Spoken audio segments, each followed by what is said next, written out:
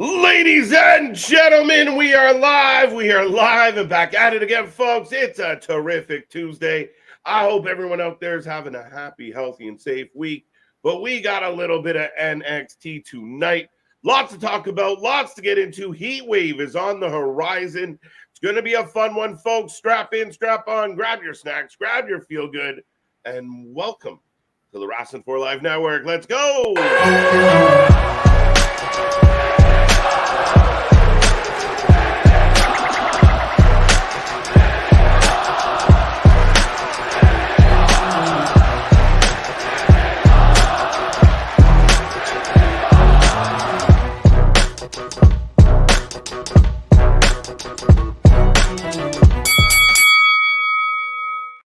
Ding, ding, ding. We are live and back at it again, folks. Like I said, we are the Wrestling for Life Network. This is another live stream, and we have NXT tonight. We are the channel that just watches more live wrestling than anybody else out there.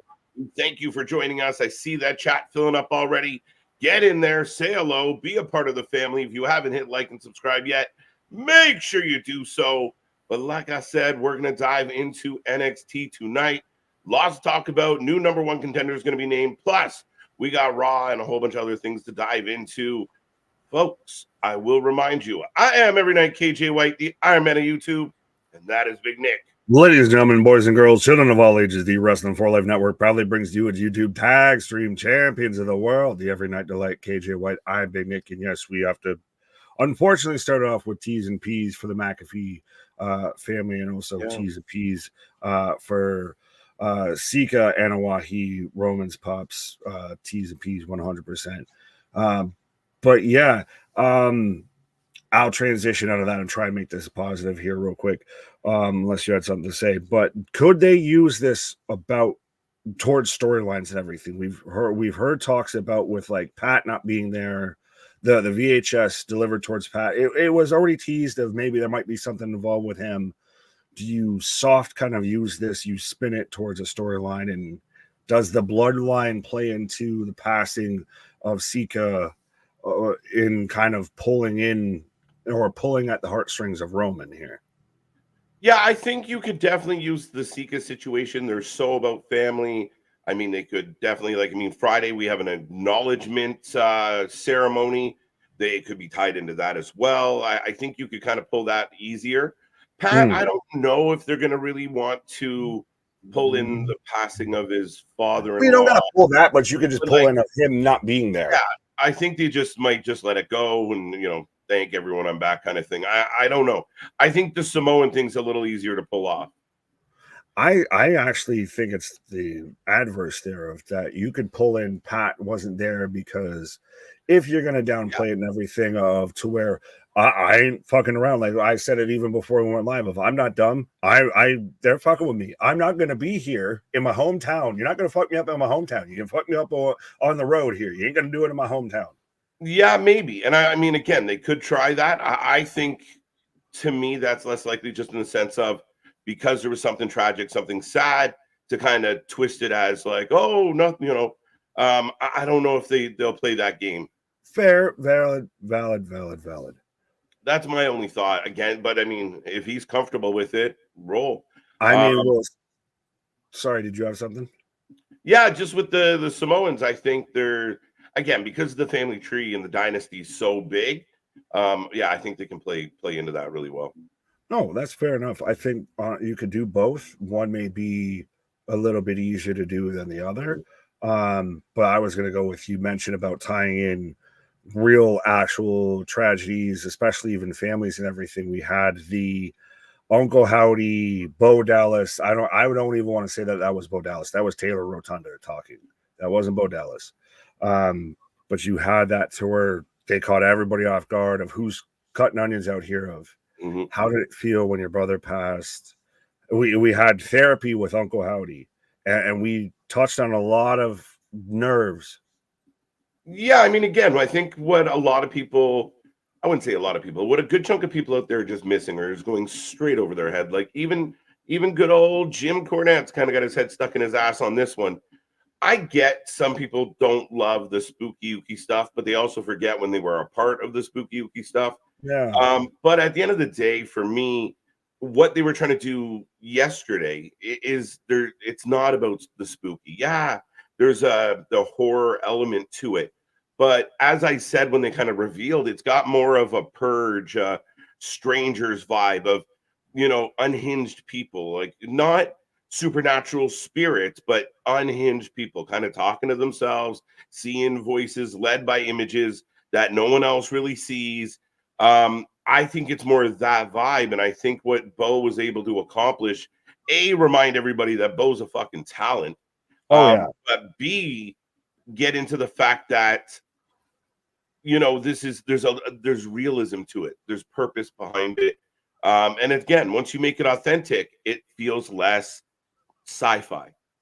Yeah, it very much it grounded it, and I wouldn't say exactly like how you said with like the strangers or whatever, but I think this is very much like split personality of like this is Taylor talking to Uncle Howdy, Bo's off in some other fucking corner of the room type of shit and everything of you've got split personalities going on here. And to really address all the critiques, all the talk about it, because especially with the addressing Bray passing, you needed to do it. You got it called the Wyatt Six. Mm-hmm. Well, everybody kind of wanted it, and especially if he's that comfortable with it. And again, that's really that struck that chord was that goosebumps and everything of okay, this is he's actually talking about it. And then especially too when they bring up about don't you think that you're um what's the term that they use? They were talking about how they're basically just making doing this out here to make a dollar and everything like that. With on Bray's legacy, and Mm-hmm. and I think that that was really good that they kind of addressed that narrative that's been out there because I was even one of those initially thought it was going to be that vibe, and this is clearly not that. Yeah, no, it's clearly not that. It hasn't been that from day one. I mean, this is almost like honoring the wishes of a man who passed before his time. I believe a lot of this is tied into the story he was going to tell. Like, Bray wanted to do the following, and Right. they're finding a way to deliver on his vision. I saw one thing describing, Bray as the mastermind, and Bo and everyone else kind of being the artists that are delivering this vision now. Again, I think people find, I think no matter what we do, it's just inevitable that people are going to find shit they hate with it or things they don't like. For my money, it's worth all the value. It's highly entertaining. Again, Pat misses the show for a completely unrelated reason, and now we're questioning everything. We're looking in the background of promos. Like it's excellent shit. That's another great point as MDB. Thank you for it was exploiting. That was the term that I was looking for of talking about exploiting Hmm. Bray's legacy and everything. But I'll give Bully credit on this. Of you mentioned on Busted Open of to where you're retraining your viewership to pay attention to all the details, to anything and everything. We were live here last night for Raw, and I instantly am pointing out of hey, there's Alexa on the truck as Gable's walking in, and they're prominently showing it. Of you're now tuned in to pay attention to everything and anything, whether it pays off or not. You think it could. Yeah, I think they've handled everything with care. They've handled everything with sensibility. They've handled everything in a way that they understand that they're already putting themselves under a huge microscope by doing what they're doing.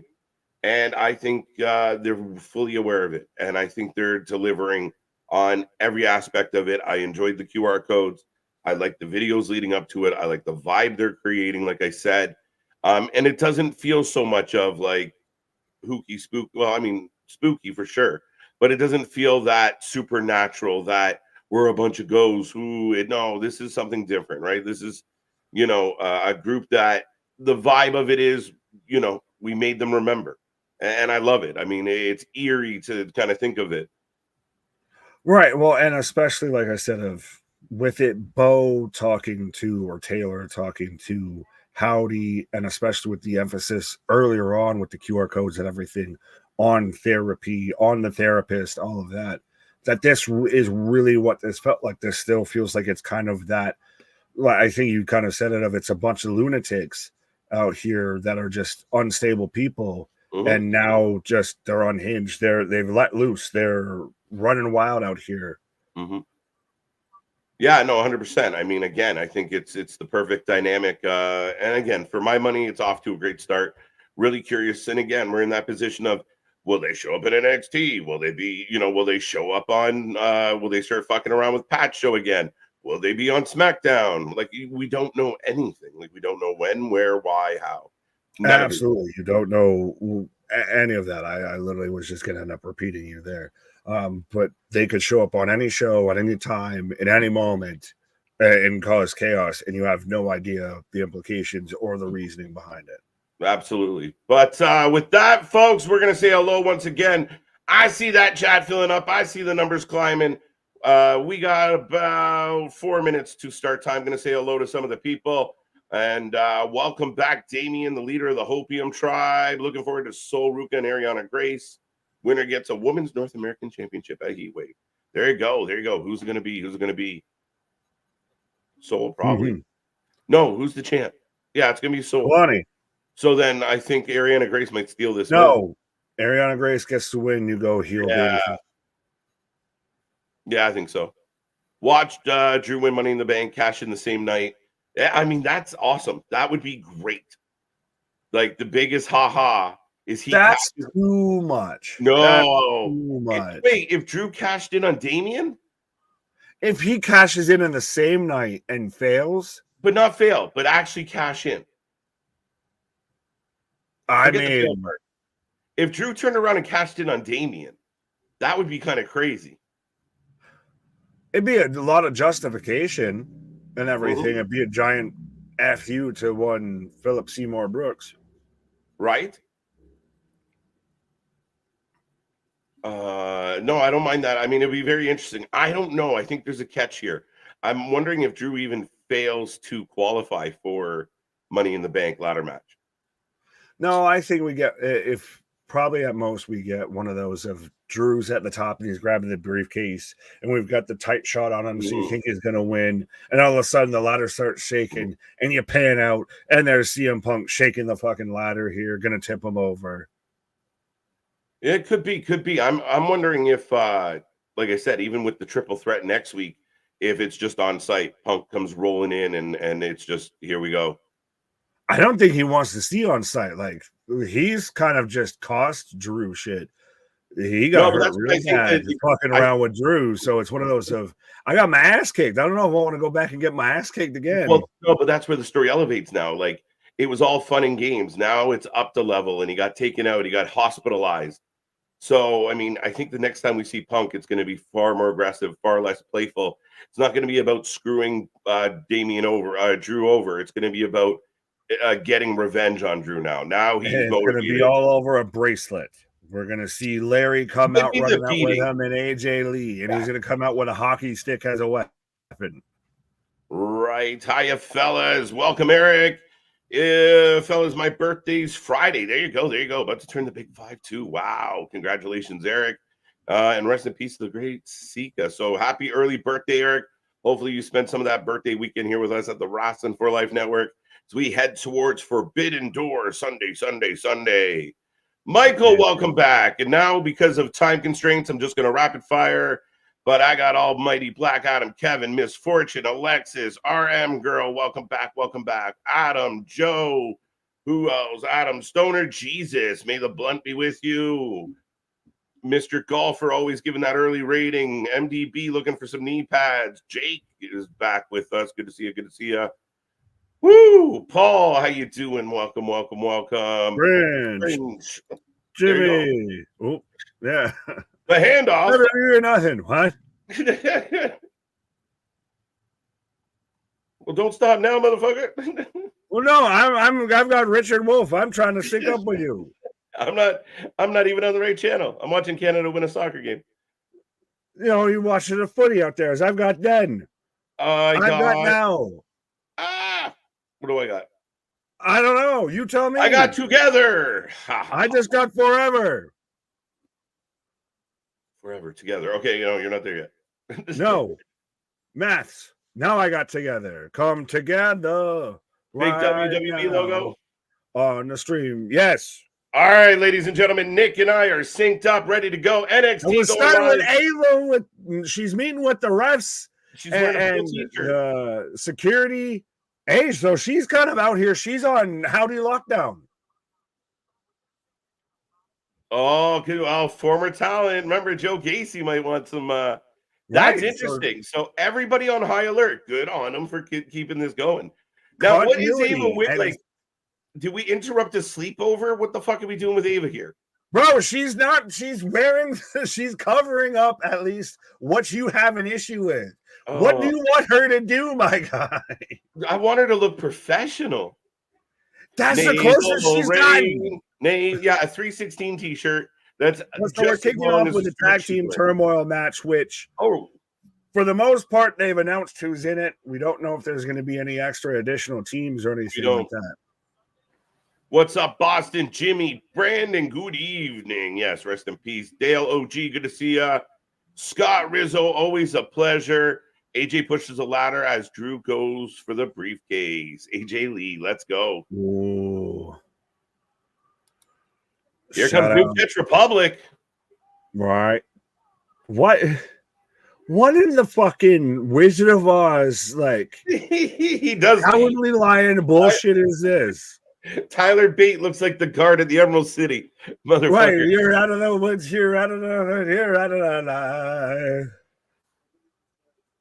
We're here to see fucking Pete Dunne out here looking like the cowardly lion. Put him up. As Bradley for the becoming a member for 8 months. Shout out. Appreciation, my guy. Of rest in peace. Sika Anawahi. He should be proud of his son Roman. Absolutely. TJ Hook, good to see you. Good to see you. Ronan, what's going on? Yeah, 79 years old, I believe, was his age.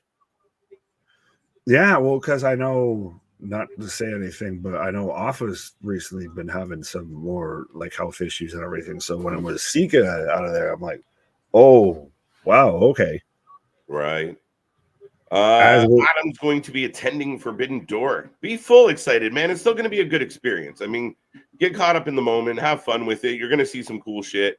And just because we bitch about the booking doesn't mean that, you're not going to get some really cool shit at the show. Yeah, your fucking paycheck and everything isn't on the line there. You're not the one that's out there paying for the talent, so enjoy yourself. I think OC gets a rematch and beats Axiom. So, folks, if you want to get your predictions in, hard to do because we don't really know who's fully in this tag team tournament. Well, right now we've got New Catch Republic, or as other people have said, the new Banana Republic, and we've got Malik Blade and Idris and Ofe. So you can start there. There we go. So who's going to win this one? Who advances, and why is it New Catch Republic? The Cowardly Lion and the Wizard of Oz. Hot to you. Let me hot to you. Yeah. Man, it's one of the most insane things I've seen ever. I mean, it just everything, every genre that has been memed has to be a million times. Because it carries over. It's just, it's the fucking Gundam style. We've seen this before. It's just been a hot minute. I think crazy. There's some people that are already like, kind of, all right, I've seen enough. I've reached the end of this fucking rainbow here. Enjoy 5 hours of Canadian Destroyers for Forbidden Door. Oh, Adam. Why do you got to rain on a parade, man? Right. And remember, you bring a Wrestling for Life Network sign to a wrestling show and prove it. We'll send you a t-shirt. Absolutely. Especially if you can get Tony Khan to sign it. Like, I'll buy it from you. Be like our friend Scott, who got our logo on a picture with Jericho. If he only knew, he would have said, get the fuck away. Right. Speaking of which, Chris, if you want to come on for an interview, absolutely. Oh, I'd love for it. We'll pitch an interview to Ryback. 1, 2 count. Oh, you're a hiccup ahead. I've got Anofi going up to the top. Yeah. Flying got him off the top. Flow. Big forearm by Dunn. We got a tag. Uh-oh.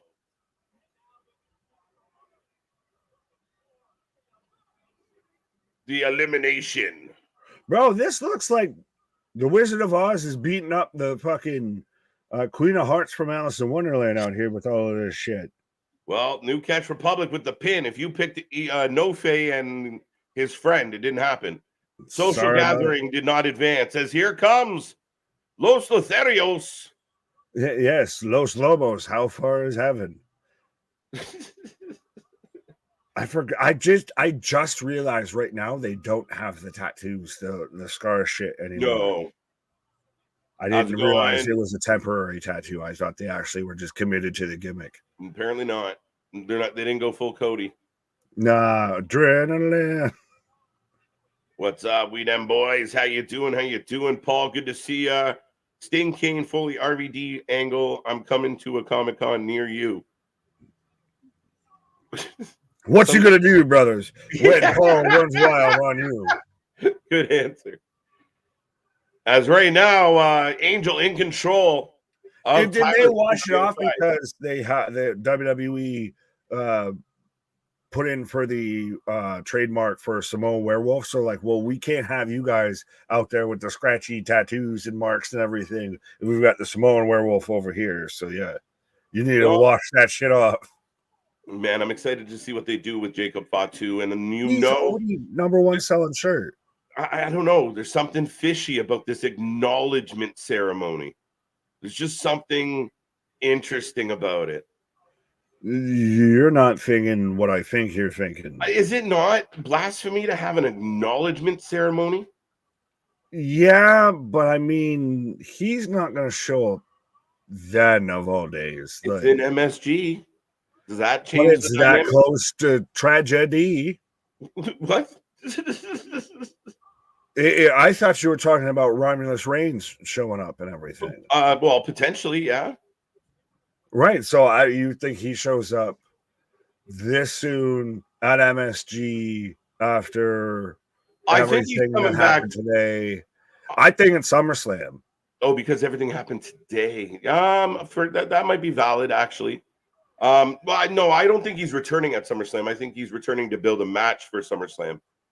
Oh no. He'll be in a match at SummerSlam. No. Why not?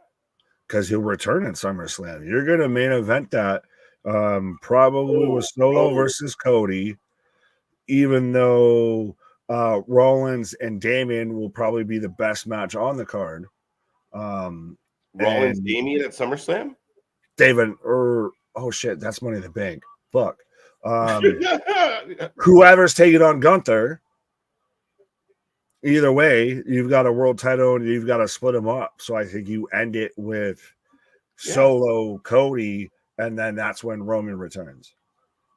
Yeah, no, I think you're going to build, you're going to want Roman in that SummerSlam scene. I feel like they've been really teasing it. We them boys saying he returns at Money in the Bank. That was my original prediction. Causing the distraction. Sorry. Oh. You got to get to Jay and Jimmy start to get together, I feel, before you. I think Roman will come back first, and then the other members will reverse. Yeah, will assemble around him, I think. As Apollo costing Los Lotharios, so New Catch Republic on to the next. Now they're taking on Gallows and Anderson, the Good Brothers out here. Oh, Good Brothers winning this round. Well, the ones that have been drafted to SmackDown and yet still stay on NXT, which we them boys, what up? You haven't been them boys in a little bit, but that's just Cowboys. Isn't an acknowledgement ceremony just a bar mitzvah? It's a baptism. Roman has a funeral to go to now. Yeah, true. That's a valid point as far as sooner than later. But to me, this acknowledgement ceremony is kind of it's going to be very close to the final nail in the coffin as far as they mention it and save and because Roman Reigns can't be here because and they lean into it, especially you got Heyman at the helm too with this, who's not going to shy away from controversy. So yeah, I think they'll have no pushing the edge. Yeah, because they're also going to want to pay the same respects, right? That's the interesting dynamic of all of it. Is they both have the same they have the same lineage, they have the same desires, they have the same attitude almost. So it's again, like, it's literally, you're looking at a little version. I will call him mini me. So yeah, I mean, they're gonna keep building this, and my assumption is, I mean, to do an acknowledgement ceremony. Whoo. Now, last time they had a ceremony, Nick, it was just a promo in the ring. I think that's probably what it will be for the most part. I mean, who do you really see them getting involved with unless you set up for the 6-man tag that we've got at Money in the Bank?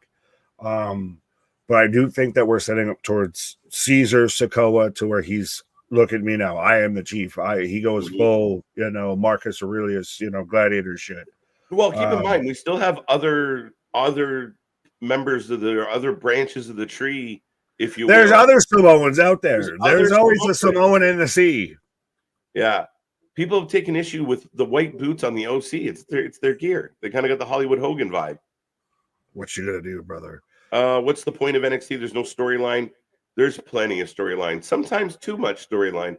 It is meant for the NXT gen or the next gen talent working their way up. But to get to the main roster, established talent. This is a very incoherent thought, Taylor. Help me understand what you're trying to say, fully. Well, it's you established a lot of the talent on NXT. Like Braun Breaker was established on NXT before he jumped to the main roster. He didn't need much really handling, and we've seen that now of they're very much cautious. It's not like, end of season new talent gets drafted up here of their when we can make it work. That's why you see Tiffany took some time up going up, Braun took some time up, etc. So I think 100% that they're developing this talent as much as they can and being picky and choosy and very much making it work within the total grand scheme of things. Yeah, I mean, again, I think at the end of the day, regardless of what you class it as, it is a nationally televised weekly show, so they're obligated to put on the best show they possibly can. To say there's no storyline makes me think that Taylor doesn't actually watch the shows. And I think at the end of the day, there's a lot of developmental qualities. We're bringing in vets to work with young talent. We've seen with all the talent over the last 5 years, even, that just completely are now mainstays on the main roster and making such a big impact. Again, let's not overlook what NXT is doing. So yeah, a bit of a oddly thought comment. Well, I was clicking up on a follow-up of there's no new talent on NXT. They're all coming from SmackDown Raw. Trick Williams, Ethan Page, let's see, Jada Parker, Lash Legend, Lola Vice, Fallon Henley. Christ, we could talk about the whole Brooks Jensen storyline that's getting working. Right? As we're back from commercial break, folks. Yeah, Taylor, you should definitely tell me how you don't watch the show without telling me you don't watch the show. 100%. That would be my concern. It sounds like there's no actual watching happening there. OC to win it all. I got OC as well.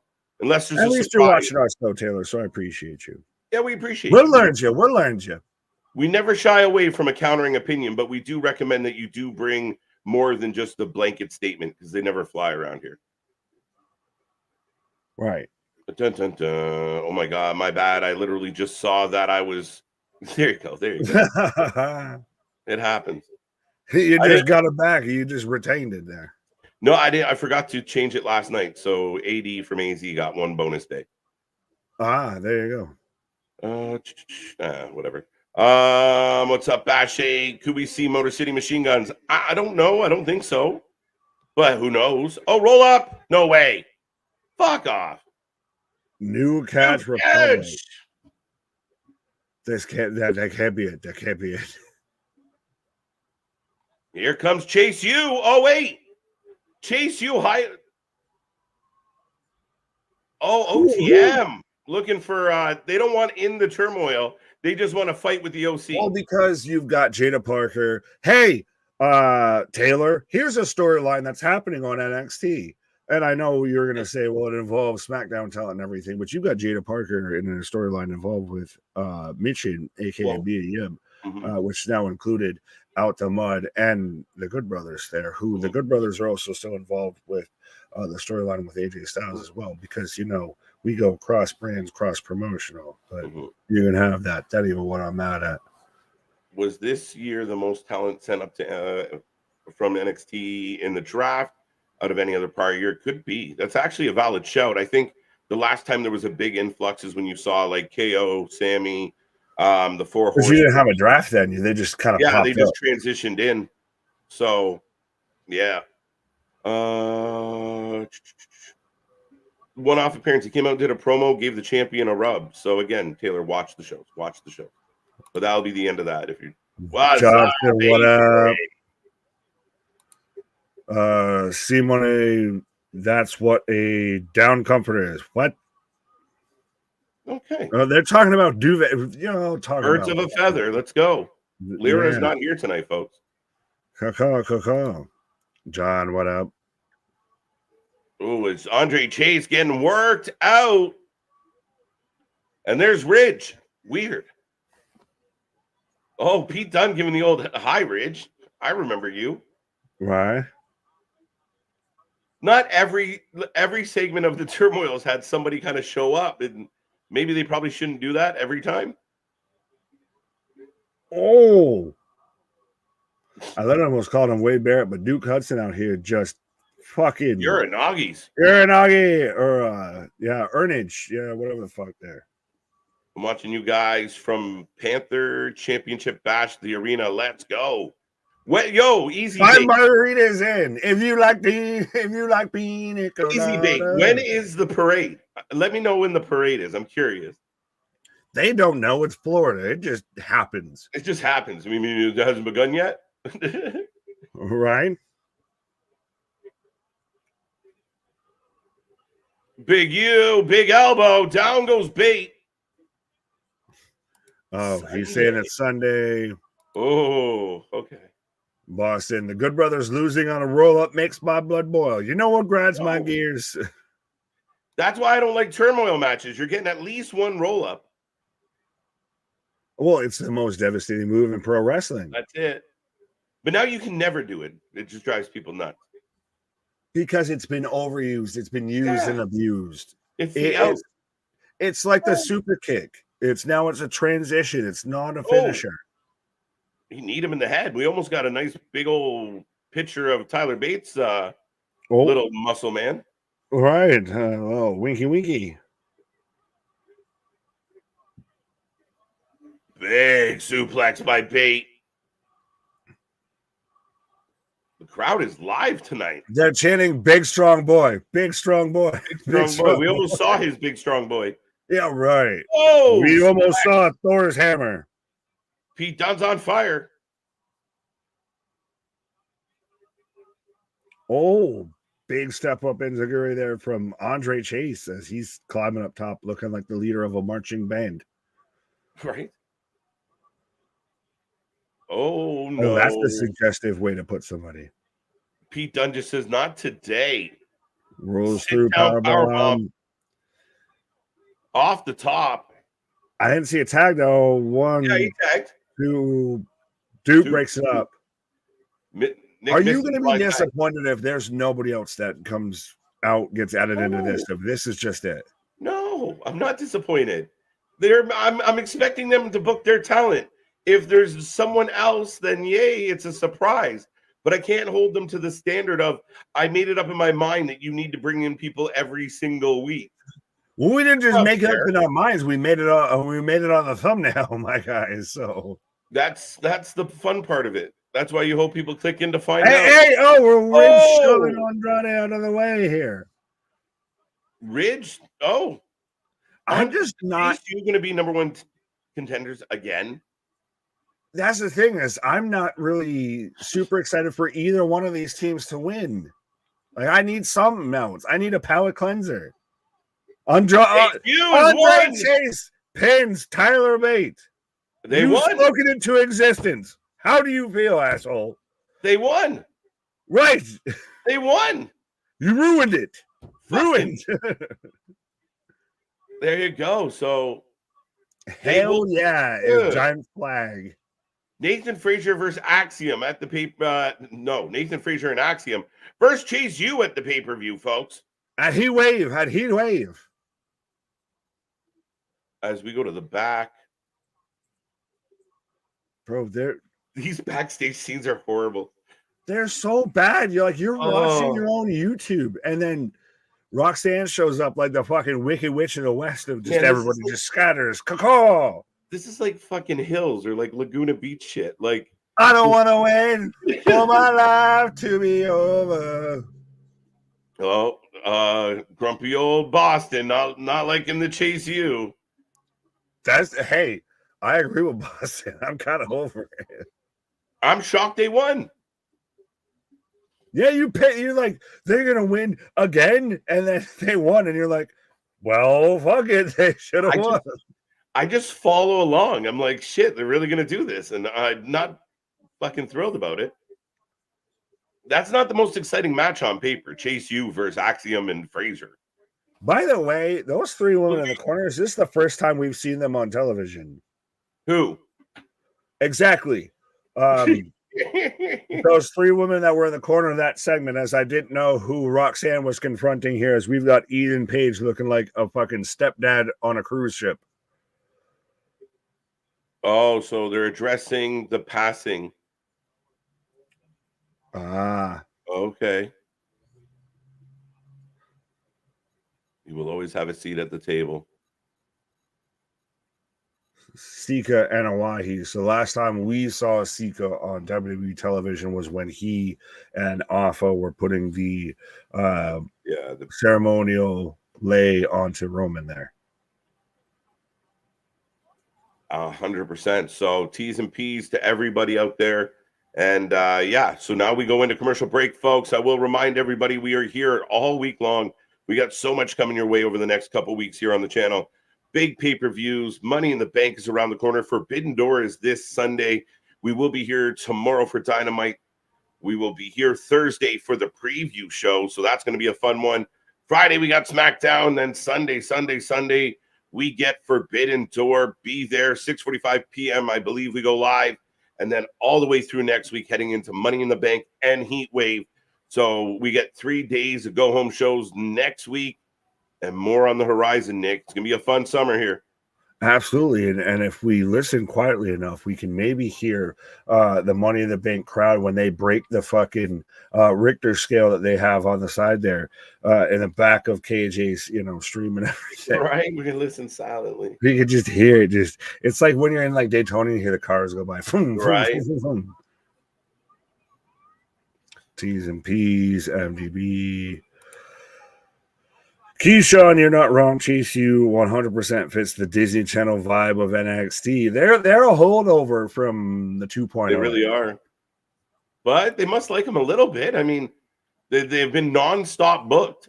They're getting a whole amount of TV time and love, and they have their moments. But I thought after the calendar shit, we were done. This has jumped the shark, and then we just went back around to see if we can jump it again just a little bit higher, and maybe we do like a kick flip when we do it this time. They've jumped the shark so many times now at this point. I don't know. I've lost track. Yeah.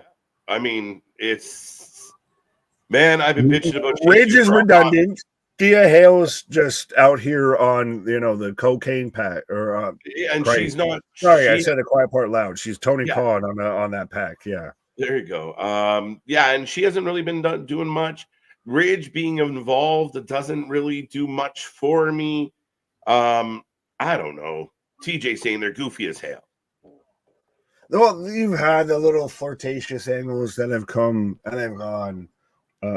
You had JC Jane that seemed like she was going to buy the university that's left now, and now she's stuck wearing two masks at the same time. It's a choice. She's ultra protective out here. Well, she really likes the Cody one, and she's got her own. I'm gonna leave it at that. I wonder if she's gonna keep wearing the Cody one after the fact. Just ceremoniously. Yeah. Doesn't even wear it over her face. Just wears it like kind of up there, like shit. Where you got your helmet, like before you're about to go into the game. But yeah, no, like Chase U's just been around the block so much in so many different ways. If it's just every option that it could go has already been used and abused with no respite in between. Right.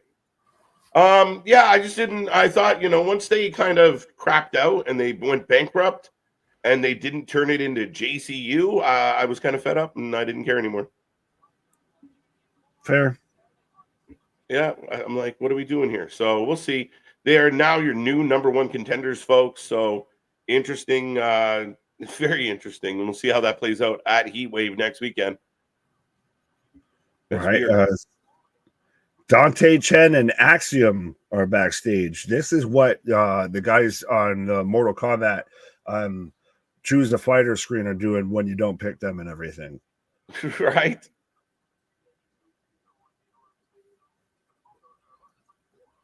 What is happening? Okay. Again, like I said, Mortal Kombat. Dun, dun, dun. The tag team division could have used some TNA flavor. Yeah, you're not wrong. I mean, it wasn't the most exciting group of people. And I hate gauntlet matches. Yeah, well, and you're still kind of waiting for. We all knew that at some point this kind of NXT needed to or was going to not be constantly going on. It was going to end at some point here. But you're still waiting that maybe get somebody that shows up. Like they had Kaz show up in a battle royal and didn't even announce the fucker outside of Twitter.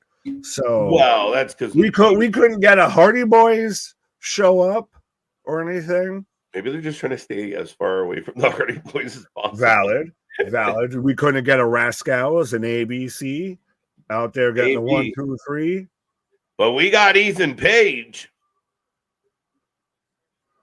I'd rather see Hank and Tank and Tyree Tyson. Now, Hank and Tank, I believe Hank is still hurt.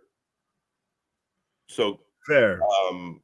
Tyson and Tyree, I don't know a lot about yet. Damien, that's a hard sell for me. Yeah, I did see Tank was in like their Old Spice commercial that WWE is running and everything. But yeah, beyond that, haven't seen much of them. No.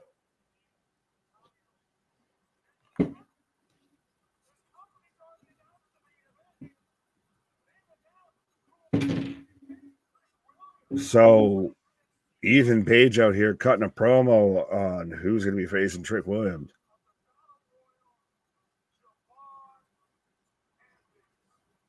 He's got a valid case. I thought we reached the end of this last week, but yeah, I thought he got it. I thought he hijacked it. We want Trick. Yeah, Randy wore a cast forever. Cody wore a face mask. Trish wore a face mask. It's been done. Right. Yeah. Well, as Ethan's pointing out, he won a battle royal. I was never eliminated out of. Yeah. NXT in general is a bit goofy. You know what? I think the wrestling is quality. The matches are good. You just have to get through some silliness sometimes, but it's not all silly.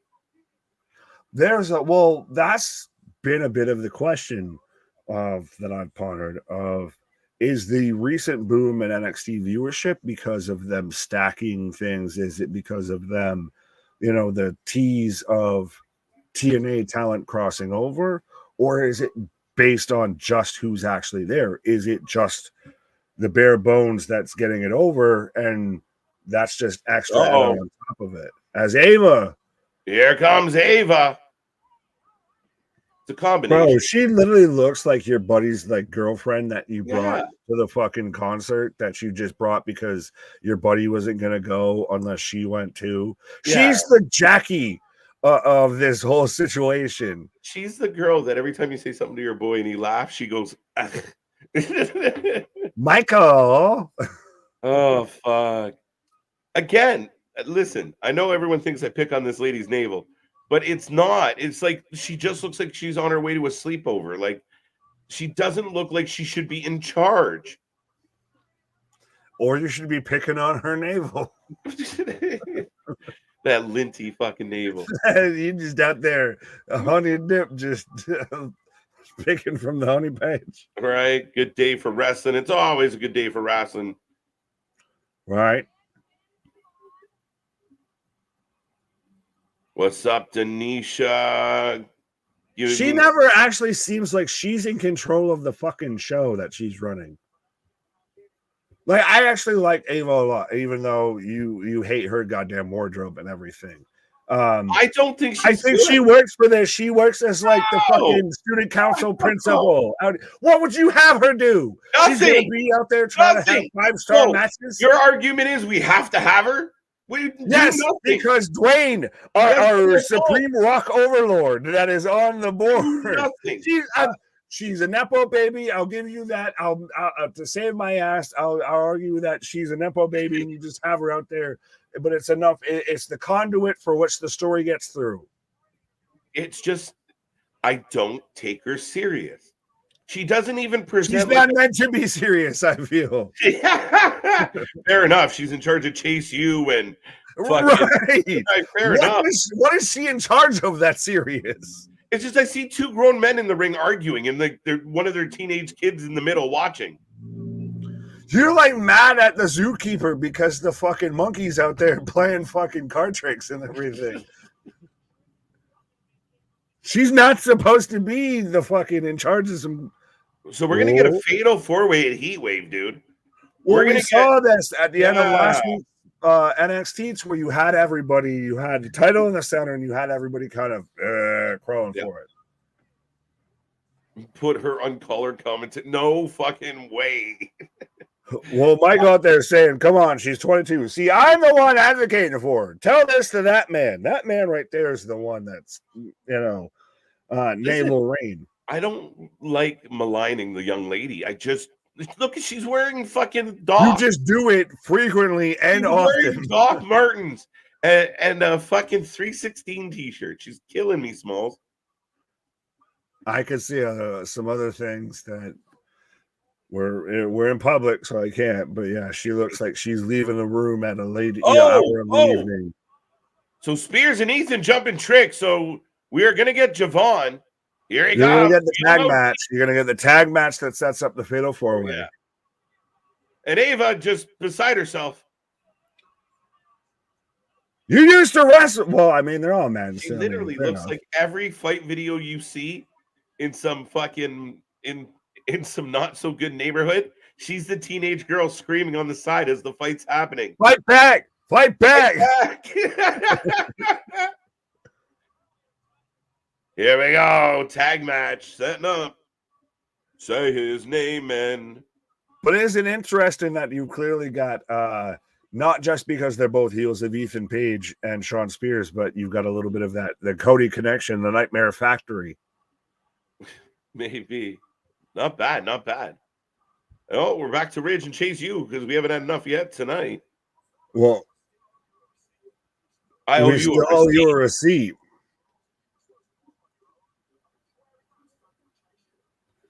Hey, well, I like this though. Yeah, this is Pete Dunne giving him some kind of shit on what the fuck are you doing out here repping that? It's almost like a Young Buck storyline. Oh, Hank and Tank. Hey, Frank and Tank. Did you say Frank and Tank? We're going streaking. Right. I don't know if I can do it. We got a big day tomorrow. We're gonna go to Home Depot.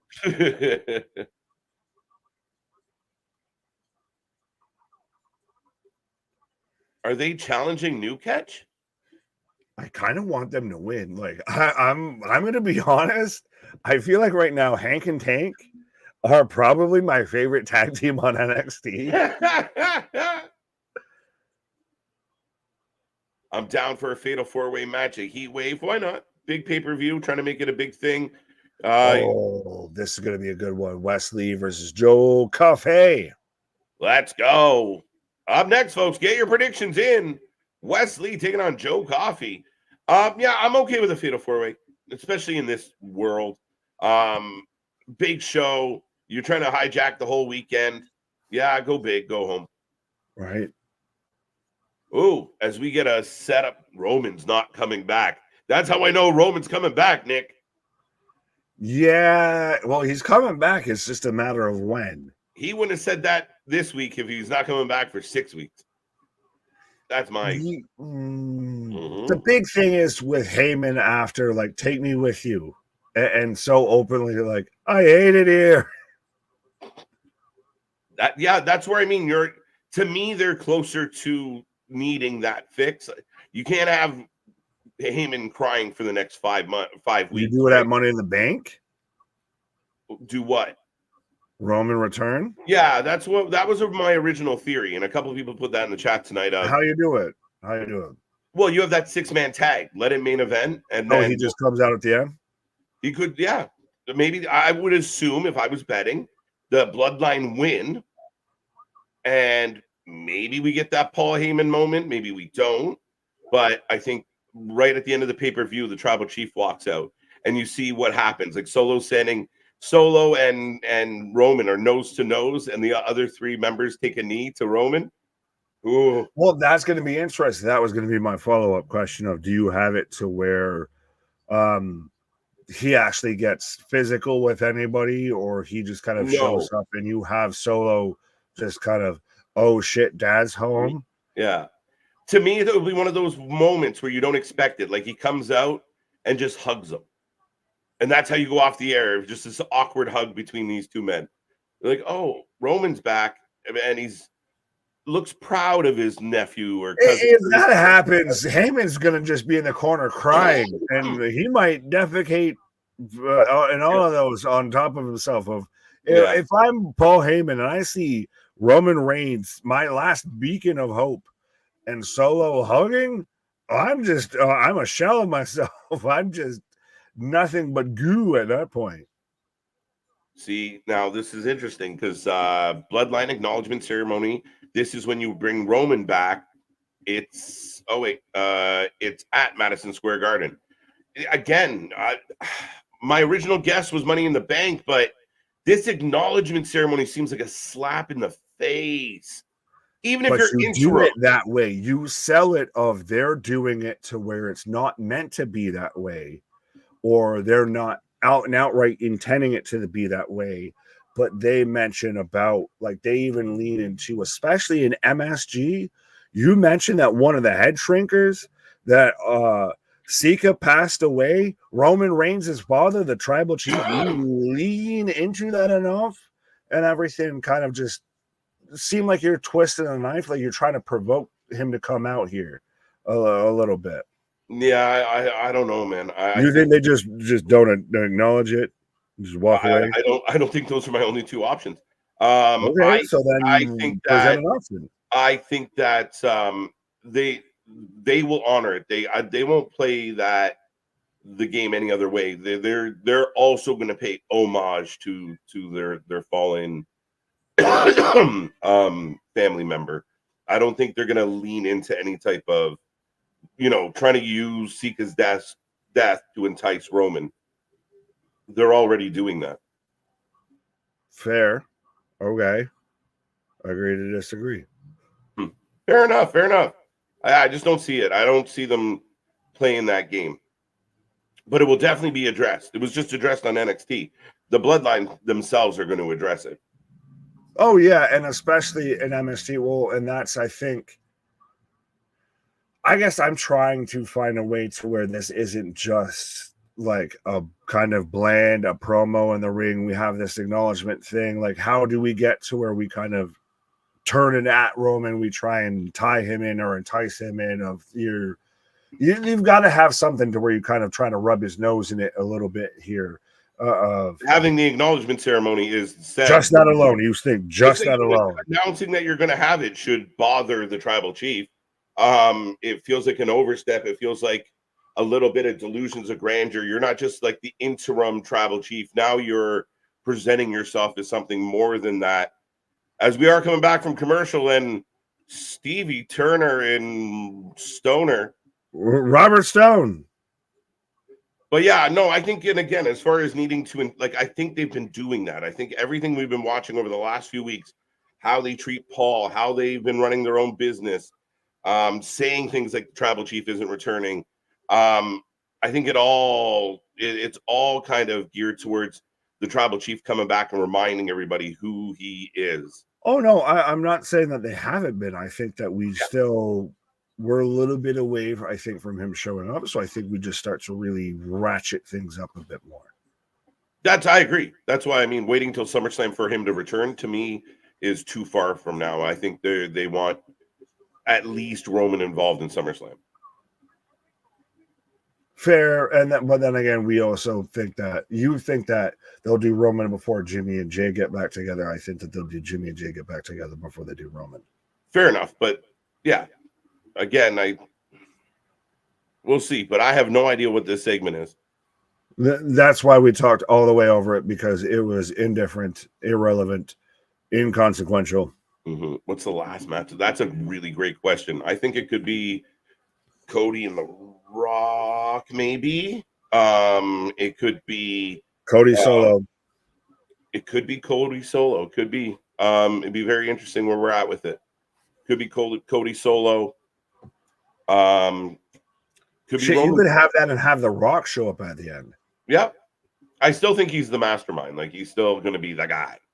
And that's how you set up the Roman Rock battle. Right. Well, we've got Joe Coffey taking on Wesley right now, as Gallus is already getting halfway involved. And is it starting to look like Wesley might need some friends? It has looked like that. Remember, he had friends and they suck, so he might need other friends. He had shit friends. Right. Can I have another phone a friend, please? Right.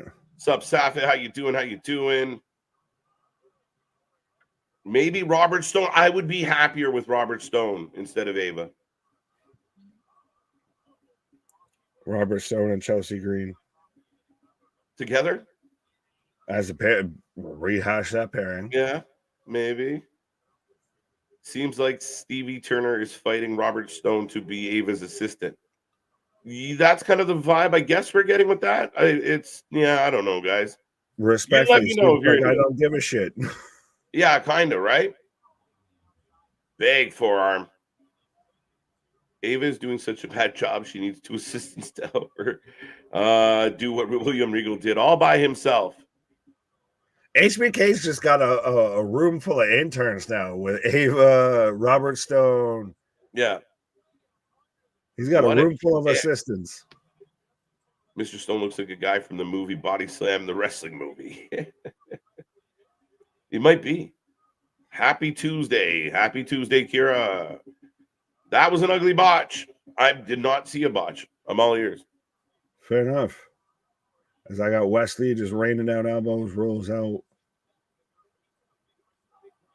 This has been really kind of Wesley in control here of just treat it like boxing. Stick and move. Dun, dun, dun, dun, dun, dun. Big knee to Mark. Ooh. Catches him in the pop-up power slam. Near fall. Happy 22 years in WWE for John Cena. Well, we couldn't see him for it, so. Happy 22 years, sir. Yeah, happy years of servitude. As if you are just tuning in, we got Wesley taking on Joe Coffey, folks. Big shoulder, European-ish. After the big kind of Glasgow kiss there, setting him up for a superplex. Help her win the Money in the Bank. There you go, Nick. Right there with you. Well, I still think Tiffany winning it. Oh no, I might be on the number 2 would be Chelsea. Number 2 would be Chelsea. Oh, 1, 2, 3. Gallus takes the L. That's so weird though, because they're like, we're holding each other away and everything. It's like, just get the fuck in the ring and break it up, assholes. That kick right in the top of the head. Wesley wins. He needed this. And how do you feel about Joe Coffey's? Joe Coffey's kind of been just an owl catching machine out here, especially in NXT. Oh, wait. Oh, yeah, because we're building towards Heat Wave of Oba versus Wesley, and this is your last chance. Oh, no. Yeah, 1-on-1. My bad. What glittery gator did Oba skin to make this fucking t-shirt out of?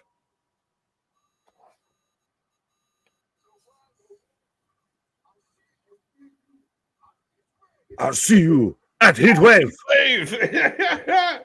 He's scary shit, man. He's the type of human being that, like, he could tell you the nicest news, like, KJ, she loves you. And you'd be like, I'm fucking terrified and shit my pants right now. Don't hurt me. Don't hurt me, big man. Whatever you say. I love her too. Right. I love her too. I don't even know who she is. So we're in the back with the family. Hey. With Sarah Schreiber. What is going on with the rotisserie fucking spray tans here? Crucifino and Rizzo look like they've been spit roasted. Tony's medium well done. And Stacks, he's pale complected as a motherfucker.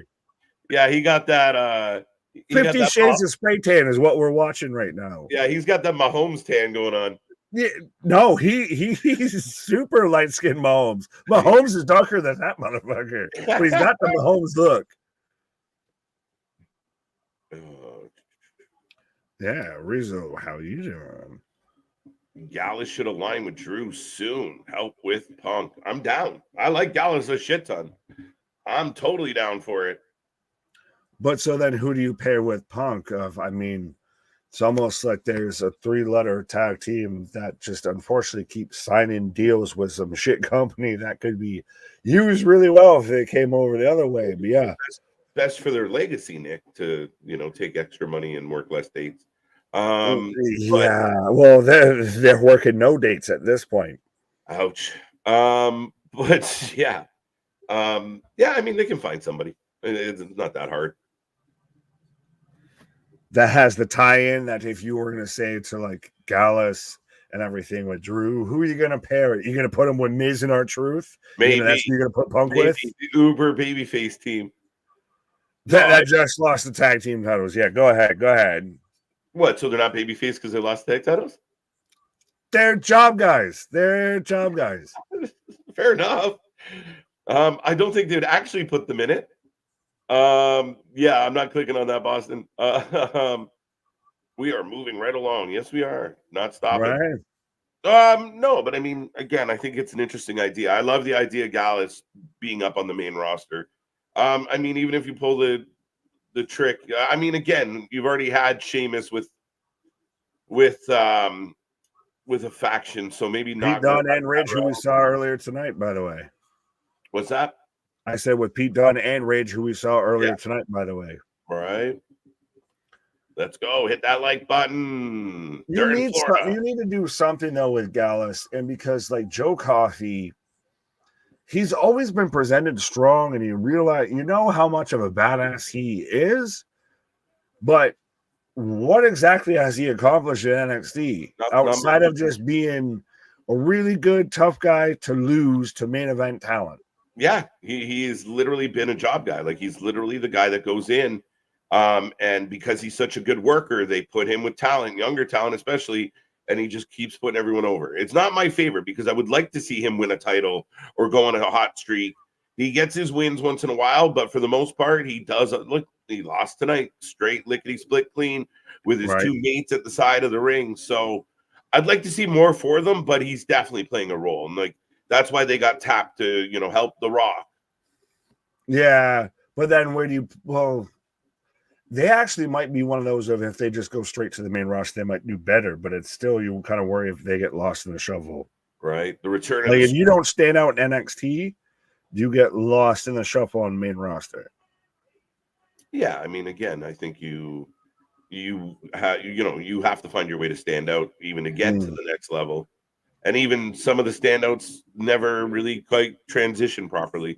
OC with Punk. There you go. Bring back straight edge society. Just Carl and Luke. So the one about AJ. AJ just pisses off. He goes back to TNA. See, that's what we do. There you go. NXT Heat Wave will have more fans, but definitely feel less hype than Battleground. Well, I think we're still hyping Heat Wave, and I wouldn't say I'm not hyped about it. I think what they're setting up right now seems pretty good. We're still 2 weeks out. Yeah. What the? So we got a letter that Duke was about to read, but Ridge is making sure he grabs it as we're out here Thea Hale and the gang interrupt to celebrate. Bro, I understand being committed to the character. Stay still. But she's like, she went almost cross-eyed there for half a second. What's in the envelope? Is he the What's father in the or box? not? So the Heritage Cup on the line. American Heritage Cup going on. His career would change with some knee pads. The return of straight edge society. There you go. Everybody's saying it. Everyone's let's go. Bring back straight edge society. All right. WWE should sign the Young Bucks and put the Young Bucks with Punk. Hilarious. Yeah, no. We know. We don't have enough time for us to really dive into that. There's still a whole other show going on.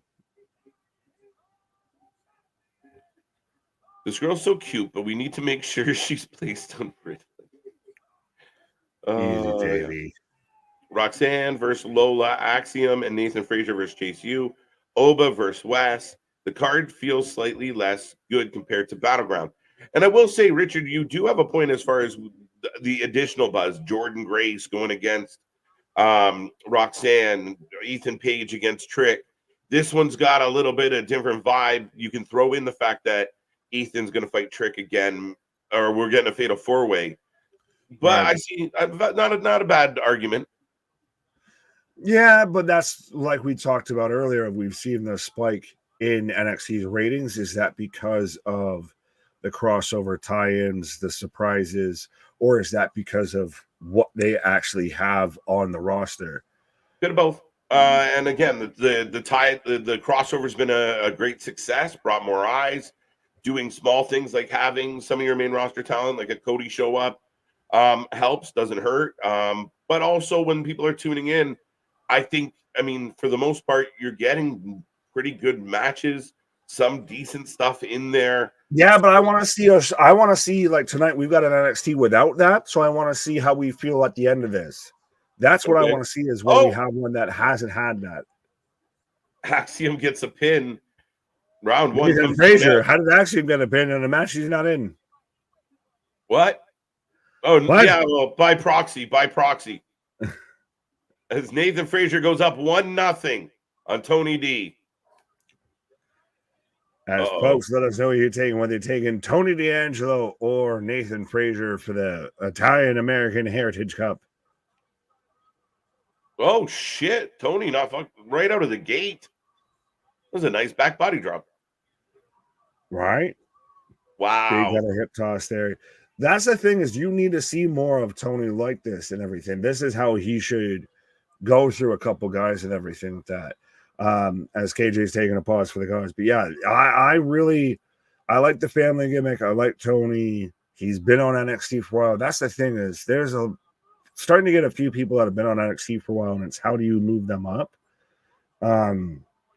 You need something like this from Tony. He needs to be more serious, less comedy. Not saying he can't include that, he can't involve that, but he actually needs to seem like an actual badass, which right now, this is what he's looking at. Tony for the win, says Kevin. Probably the quickest pin in Heritage Cup history. Fair enough. I don't have the stat books. I don't have the records, the analogs, the fossil records in front of me, but I'll take your word for it. As Tony with a 1, 2, 3 after a big-ass spine buster. Had to be, we're going with the Paisan. Yeah, like I said, it's the, Italian-American Heritage Cup. Tony needs better gear. No, see, I don't mind that. And again, you would still always see somebody that just fights some shit like that and everything. And it fits with the gimmick. It's still athletic enough and everything. I think it works. Oh, Tony again in control as I believe we are in round 3 right now as we're tied up 1-1 in the again the Heritage Cup. on NXT with about 2:39, 2:38 left in the match, as we're still just about to hit the top of the hour here. So I will remind everybody, we are the Wrestling for Life Network. We do this for anything and everything when it comes to pro wrestling. We're back at it like a jackrabbit tomorrow for Wednesday Night Dynamite, the penultimate go-home show before Forbidden Door here. We're actually, no, it is the go-home show. Mea culpa. It's the go-home show for Forbidden Door. Absolutely. Then Thursday, we've got our Forbidden Door prediction show, Friday Night SmackDown from MSG. What's going to happen now with the Bloodline? And then Sunday, we've got Forbidden Door. So absolutely be a friend, tell a friend. You're doing yourself a disservice and you're doing friends a disservice. You've got to spread the good gospel of pro wrestling. As we go to commercial break right now. Where's Curtis out here to let me know how many commercial breaks we're in here right now? As I've got a terrible Taco Bell ad right now. Taco Bell is trash. What did money say? Soffit out there, just T's and P's for MJ. Well, you've been struck by a smooth criminal. I love the FBI. I get the whole Tony D gimmick. I'm from Jersey. I know it. But it feels too forced while the FBI feels like characters. Yeah, oh, Christ. That needs to almost be a thing of like top Italian-American wrestling gimmicks. I mean, Christ, everybody's going to say Bruno or some shit like that. But I don't think the family's that bad. I think it's actually portrayed. I do get what, JV's saying about their kind of caricatures, but that was initially it. And shout out, Johnny the Bull and, Vito and everything like that. But 100%, I think it's always kind of a cool and it's an interesting way that you can kind of work a story and work an angle and everything in pro wrestling. It's a good character that you can make work. Oh, Boston trying to get me out there. Nick, one of the bottles behind you moved. It's the Howdy. It's the Howdy effect. 100%. They're going to pop up saying I'm loud or something. Tracy Smothers was awesome in the FBI. Yeah, well, Tracy Smothers was just great as a whole as it is.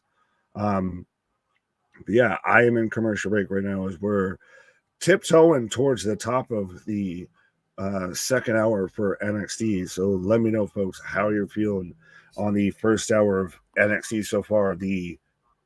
I can at least say it with this, the penultimate go-home show before Heatwave here of no so far NXT and A crossover, anything really like that. We're going straight with homegrown in-house talent. So how does it feel compared to the past couple of weeks to where we've got a Jordan Grace shows up, we've got a Joe Hendry shows up, etc. That to me is what I think is really interesting of how does NXT work, or how does it feel right now without the kind of crossover promotion, the proverbial the prohibited portal instead of the forbidden door. Which actually, while we're on this, I'll ask everybody in the chat and JV talking about Trinity, all that. I'll ask everybody right now. Let me know in the chat, how are you feeling? Are you excited for Forbidden Door? And does Forbidden Door on a concept still hold the same value to you? Are you still excited for it? Of, oh my God, we're getting dream matches. We're getting matches that I could have never seen before because, we're getting New Japan paired with AW, or this promotion paired with that promotion, what have you. Because I think we've kind of tapped that well dry here. We're out here still just trying to suck the bottom of pond water here. As we come back from action is Frazer with a tope, Suicida. And again on a Tony out here just getting flashing through this here. Hashtag Forgotten Door. Yeah. The biggest door right now in pro wrestling is the one that Nikki Cross and the Wyatt Six walked through instead of any sort of forbidden door here. Speaking of walking through doors. Yeah. Hey, great minds. There you go. Is Axiom fighting himself up to the top rope. Chris, how you doing? Tony back to his feet. The Forbidden Door is an interesting question, Nick. And again, I like what they're doing with TNA because you're not getting it every week. Like everyone's tuning in expecting, are they here? Are they here? But they're doing a good job of could be this week, could be next week, it could be any segment. One, two. Yeah. Two. But that's though why I want to see how this does of when we don't get it after 2 some odd weeks of getting it when we didn't expect it. How do we hold up? Is it actually is it NXT or is it the surprise that got the big pop in ratings? Well, because you don't know you're going to get the surprise, it's hard to blame the surprise for the rating, right? Like, so yeah, more people. I'm not blaming. I just want to see how this stacks next to it. Yeah. Sorry. Yeah, no, I completely agree. I mean, that's the situation, but you have extra people tuning in just in case. Fair. Tony into the ring post. Oh, end of the round. What?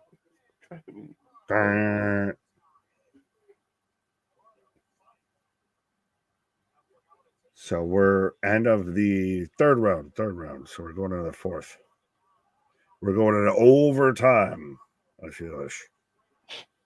Yeah. I don't even know if we actually are, but yeah. No, I think we're going in the 5th round. Oh, I suck at maths. I think. Round 5, according to the sign in the background. There you go. That's fun. Hey, Forbidden Door lacks hype. So many matches aren't crossovers. Very interesting. Your big crossover pay-per-view, and you take Will Ospreay, who's now like, did someone tell Tony, he's on your team now against Swerve? Facts.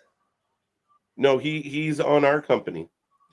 That would sound like a crazy match for Forbidden Door a year or 2 ago. Oh, now that's just any AW pay-per-view. A lot of just too much. Super kick. 1, 2 go. Axiom going up to the second rope. Forbidden Door. Nathan Frazer.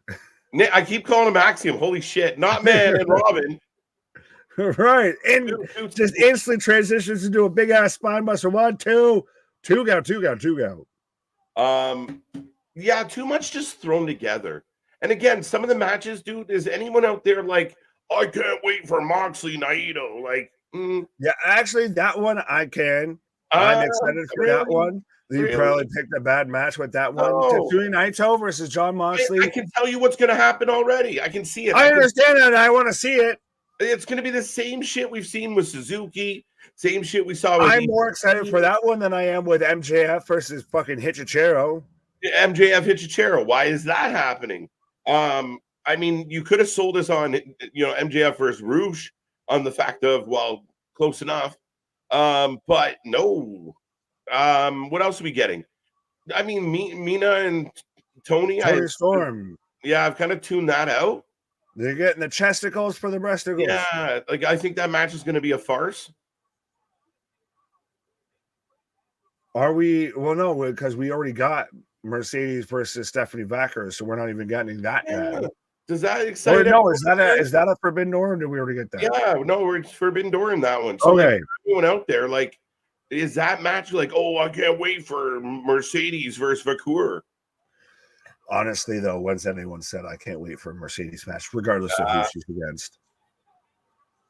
Well, two go. Yeah, I love that MDB. I think Kenny returns at Forbidden Door. Is he ready? Ooh, no. So who returns first, Kenny Omega or Roman Reigns? Well, if he returns at Forbidden Door, that's not fair. It might be Roman. I don't think that'll happen. I respectfully think the return at Money in the Bank will happen, but that's neither here nor there. Yeah, I don't know. I'm not positive. I'm really, really guessing, but I don't know. I just, for some reason, I believe right now that Roman's going to be involved. Oh, time's up. So Tony retains. Crowd was cheering. Yeah. Awesome. No contest. We end in a draw. And Frazer's beside himself. Axiom, Hangman Adam Page for the. Yeah, no, I don't kind of like that. Well, now they're gonna have to run it back. Yeah, but I don't like that. He's a fucking tag champ. Like, why do you need to run this back? We're going round 6. Oh, we're going into extra innings. Oh, roll up! Don't you fucking ruin this for me. Two count. Another fucking roll up. Really good match. Cowboy shit. A lot of people think Adam Page is coming back. We'll see. Oh, Crossroads. I thought we were done. Round 6. I like this though. Like, this works on going. We're going extra innings. You got to gut it out here. No, it's a hell of a match. Let's be real. Right. Big boot. Oh, rolls through. I just got the boot. Style points. Well, I miss hockey already. I'm with you, Boston. I've been watching soccer. It hasn't been 24 hours. No, but it was so good. What a good playoff.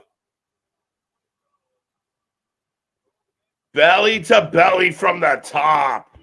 Oh, Line buster. There you go. And still 1, 2.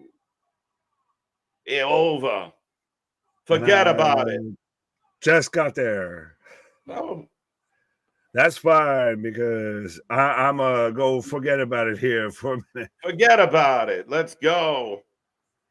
Once I can find it. Tony T, still your Heritage Cup champion. I don't care at all about Forbidden Door. I went to the first one. It was a great time. Now it happens all the time. So there isn't anything special about AEW versus the world. Yeah, I mean, I wonder if it's something that would be better every 2 years, like not on a set calendar. Because, yeah, I think we are kind of getting to the bottom of the well with some of the booking. And Tony signed several people that would normally be on the other side. So, yeah, I mean, maybe that's part of the problem. Annually is not your best choice. As I got Trick and Evans in the back, Hangman Adam Page returns tomorrow night to face Double J. A lot of people think this. I just don't know if it makes sense that Hangman goes into that tournament. I honestly don't know that makes the most sense, Damian. It would be really weird for me if Hangman came back and completely ignored kind of the elite side of things. Why didn't we get Gable at around get a 6th round with Naomi? I don't know. I don't know. With no M. I said Naomi. Were they tied? I have no idea. That's why I thought it was going to stop at 5 rounds, my guy. SummerSlam, dog collar match, CM Punk. They might not go that route right away. I do think we will get a one-on-one match first. Good match, says Eric. So Trick Williams, Sean Spears, the main event tonight, coming up very soon. I miss NBA basketball so much, and I've been watching FIBA and WNBA. Interesting. Tony retains, great match. Here comes Roxanne Perez, the prodigy in the house.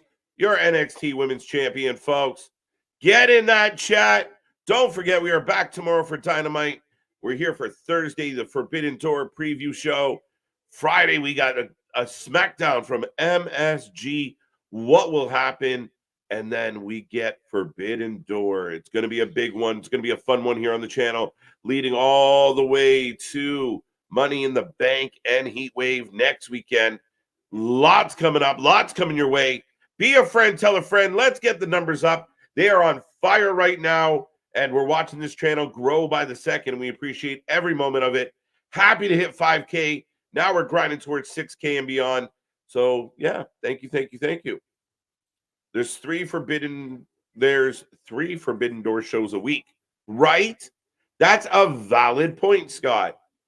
Maybe that's part of the issue. Do we not feel Forbidden Doors that special when we see it all the time, where people are coming in and out from other companies? You have the IWGP champion on your show a lot.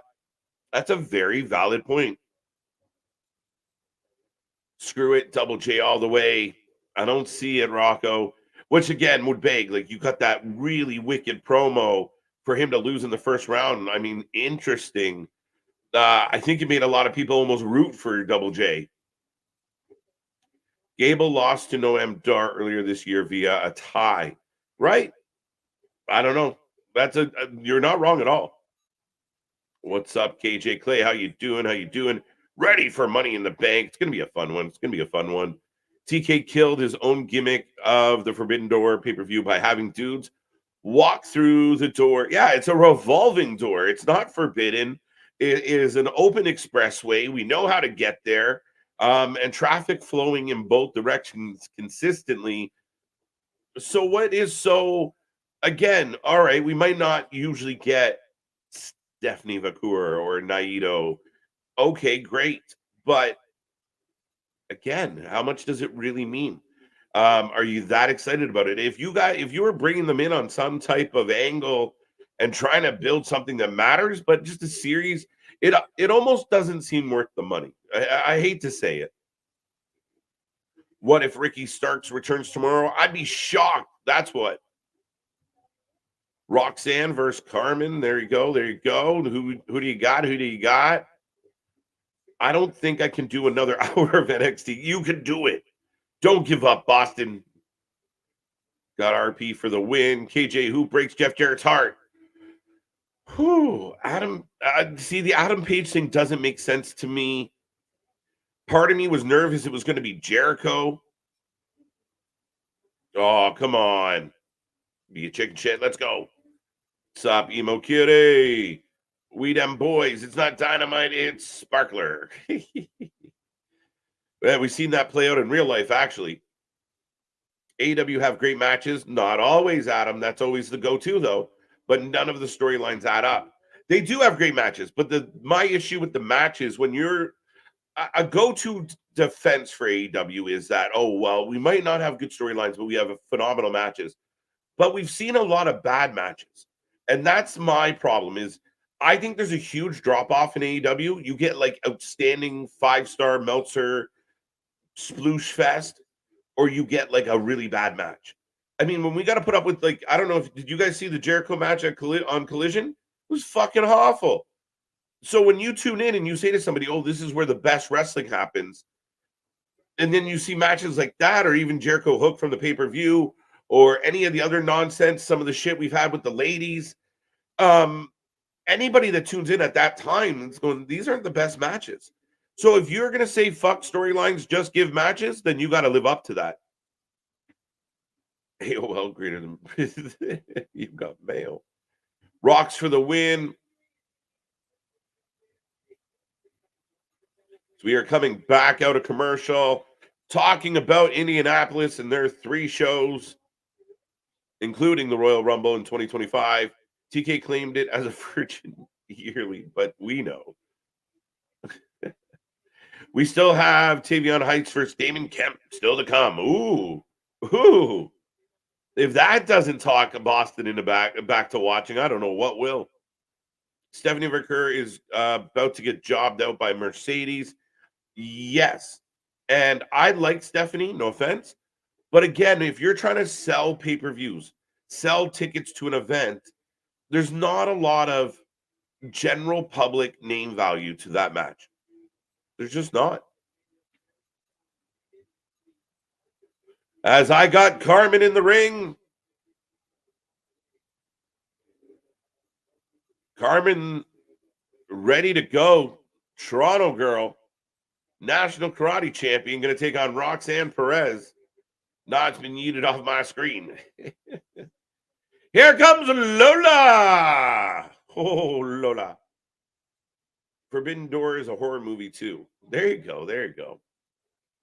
I think I knew that. Shane O'Mac, some of the pay-per-view might be a horror movie. Shane O'Mac will face Jeff Jarrett. Dude, I hope. That would, again, I love that shit. If Shane O'Mac ever showed up on AEW, it would be awesome. I'd pop. They get high marks. What happens after and what they do with them, well, that's anyone's fucking guess. But just that one moment of, especially if they could get their hands on Here Comes the Money. Right? I don't know. That Takeshita versus Ultimate Guerrero match was atrocious and impossibly stupid considering UG lost his mask 10 years ago to Atlantis Jr. Like, even dropping some historical facts. I like it, see money. Yeah, not a great match. As we got Lola on commentary, as Carmen and Roxanne have kicked off, folks. So who showed up? Who showed up where, when, what? What? Will any of the crossover talent win at Forbidden Door or just get jobbed? I don't know. That's a good question. And maybe not. Like, Mercedes is not losing to Stephanie. That would be shocking. I can't imagine that happening. Moxley could lose. Could Moxley lose, guys? Let me know what you think. Who's most likely? That's a good one. Keep in mind, I mean, we got a couple matches in there that are not Forbidden Door at all. But Moxley might be the biggest candidate, potentially could drop the belt because it's not their belt anyway. So maybe.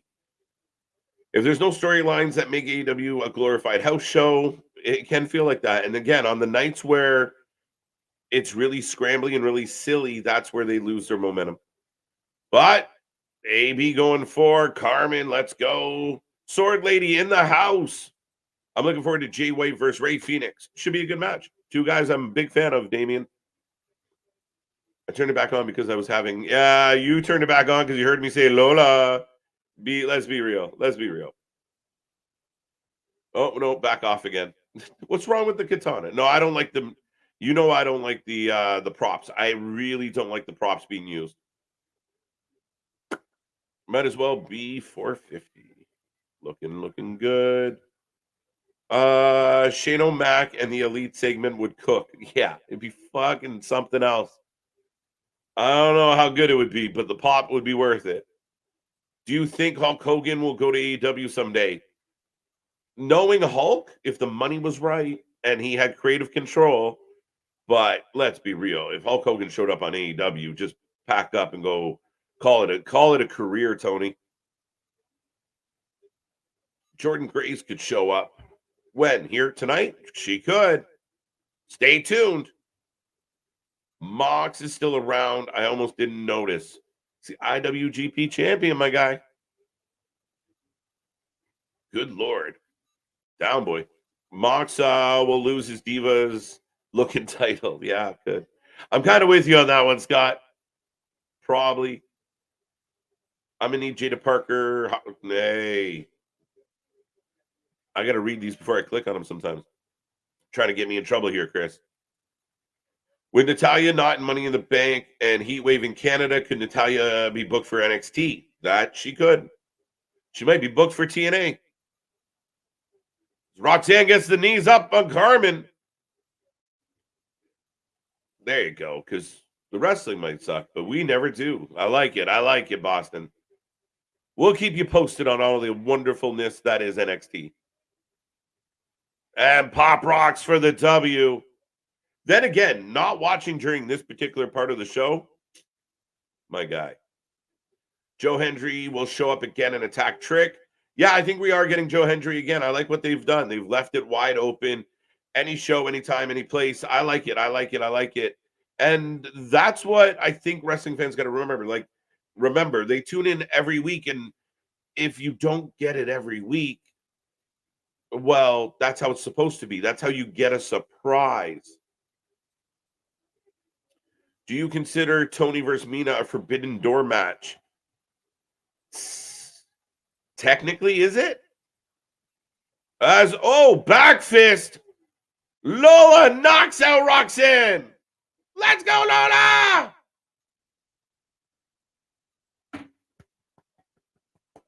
Your future NXT Women's Champion. Her fists don't lie, either do them hips. That, by the way, that's Lola's catchphrase, apparently. The fists don't lie. Them hips, those hips are keeping secrets. Solid match. Roxanne wins. Pop Rocks. There she goes. Hulk Hogan and Lola walking out with the belt. And we got Noam on FaceTime. Why do we got Noam on FaceTime? 6-1. Do we get Julia Heat Wave? Yes or no? I'm wondering if because of her wrist, I think maybe she shows up at Heat Wave. That's her first introduction, and then there's going to be something, but it's too close now. If they were going to do Julia at Heat Wave, like as far as against Rocks, then it would have been done already. As we are with Metaphor. That back fist from Lola had some pop. Those fists don't lie, Marvin. Lola will become champion before the summer is over. That's a fact, MDB. Oro Mensah cutting a heartfelt promo. Oro Mensah's grown on me. They're just keeping the NXT Women's title warm for Julia, pretty much. That is a good possibility, my friend. Noam ripped a tendon? Apparently. I'll take your word for it. I'm not sure. This was speaking of unexpected. Right. Well, I was going to say, speaking of unsure, but yeah. As Aura's growing on you, is he growing on you like a fungus? Maybe like a fungus. He's cutting a really heartfelt babyface promo right now. Are they making Metaphor babyface here? They might be trying. I don't care about Aura. I care about Jakara. I care about Lash. I don't give a flying fuck about the other two. Oh, it's hard. Respectfully. It's a hard being the sausage in that bun. So Noam is out for a while. Yes. Metaphor does not work without Aura. That's why I think they're kind of changing their dynamic. They're going without Noam. They're going a little more babyface. Yeah, but I also think this might be the end of times here. Right. You get Aura, that's just he's a babyface and he goes his own way, as you've got Lash and Jakara that go as a tag team. I'm in the tag team division. I agree. Right. Aura cutting a Bo Dallas promo. Bro, no, you can't say that. You cannot say that. I think it was very tongue-in-cheek. Nice background. It better be. Aura will have to be the leader for a while. I don't know. I don't think the faction will be around for a while. Not clicking on John. Oh, I think it's his as the OC take it out. Oh, there you go. So we're going out. So now this is fucking dumb though, because this took what, all of almost an hour to happen. Okay. That's the only issue that I have with it is timing and pacing is one of those. If you're gonna do it, it should have been fucking after the match instead of you're gonna do it. Now we waited an hour for them. That's how long it took for them to actually take them out. I guess so. I mean, again, they got separated earlier. They both went to neutral corners and they just happened to cross each other's path in the back. I mean, we had other shit going on that we were taping. So I guess I see kind of a point. Well, to me, they cost the match. They got involved in it, so that should be right away. One of those. You weren't. It wasn't like they were even in the finals of the match. OC wasn't. So you could have had that literally immediately following that match. As they just can take each other out, and that's what you follow up. Now, granted, the only thing would be run the risk of you overshadow it with doing that angle, but at the same time. Well, yeah, there's no tag team division at this point. You need angles, you need storylines, you need feuds, you need this. Yeah, but I would I think you made did you not argue last night that NXT has the deepest one of the bunch? So I mean, the deepest. But I said deepest, not goodest. I think the issue then is if you have the brawl kind of kick off in the back. Well, the gauntlet match is still going on. It's a little bit overlapping. You don't even have to do it after, but to do it almost literally almost a solid hour afterwards, though. I mean, I guess for the sake of, it's a television show, all of that, you follow up and everything. I get it's a little nitpicky, but yeah. Yeah, yes, they could have probably put it closer. Who becomes champion first, Jackson or Lash? Ooh, Lash. Jackson. Well, Lash bypasses the belt and goes to the main roster without one. Oh, really? See, I would have gone if you count like a tag team title or something, then do they just is it just a push? I think 100% though it's got to be Lash. And no, I don't hate long-term booking. I hate shit long-term booking. I just hate shit booking in general. Right. I'm thinking Machine Gun show up. When and where, guys? Because what, Forbidden Door? When and where? Yeah, where would they even show up at Forbidden Door? They show up in like the Young Bucks match or something, which what is the Young Bucks match at Forbidden Door? Hold on, now I gotta look up the card here. Yeah. Talk to the people while I look up the Forbidden Door card. The Mud 6-man. Yeah, I think that's definitely what we're gonna do. Cat fight. Yeah. I say at Heat Wave. MCMG shows up at Heat Wave. I like it, Dale. Oh, interessante. My biggest problem with AEW right now is it's definitely not the talent. It's just hard for me to follow. None of them make sense. I think it's that. I think they have an amazing roster. I think they deliver amazing matches. I think there's a drop off, but I think when they bang, they bang. It's not boring. It's sometimes watching like a train wreck. It just can't take your eyes off it. But it's the silliness. Everything's silly. You can have silly. You can't have everything be silly. You can't have the Bucks be silly and Jericho be silly and Tony be silly, and then put them like back to back to back to back on a show. Like that's the issue. Is be edgy, be the alternative. There is nothing right now on the AEW roster that if you are not a true born and bred diehard wrestling fan, you're not tuning into AEW. No. Like there's no appointment viewership. There's no, I need to see how this turns out. My coworker told me about the White Six, so I at least need to see what's going on with this.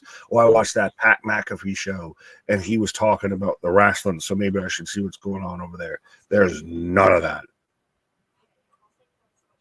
Okay, we got Light Bright and Friend.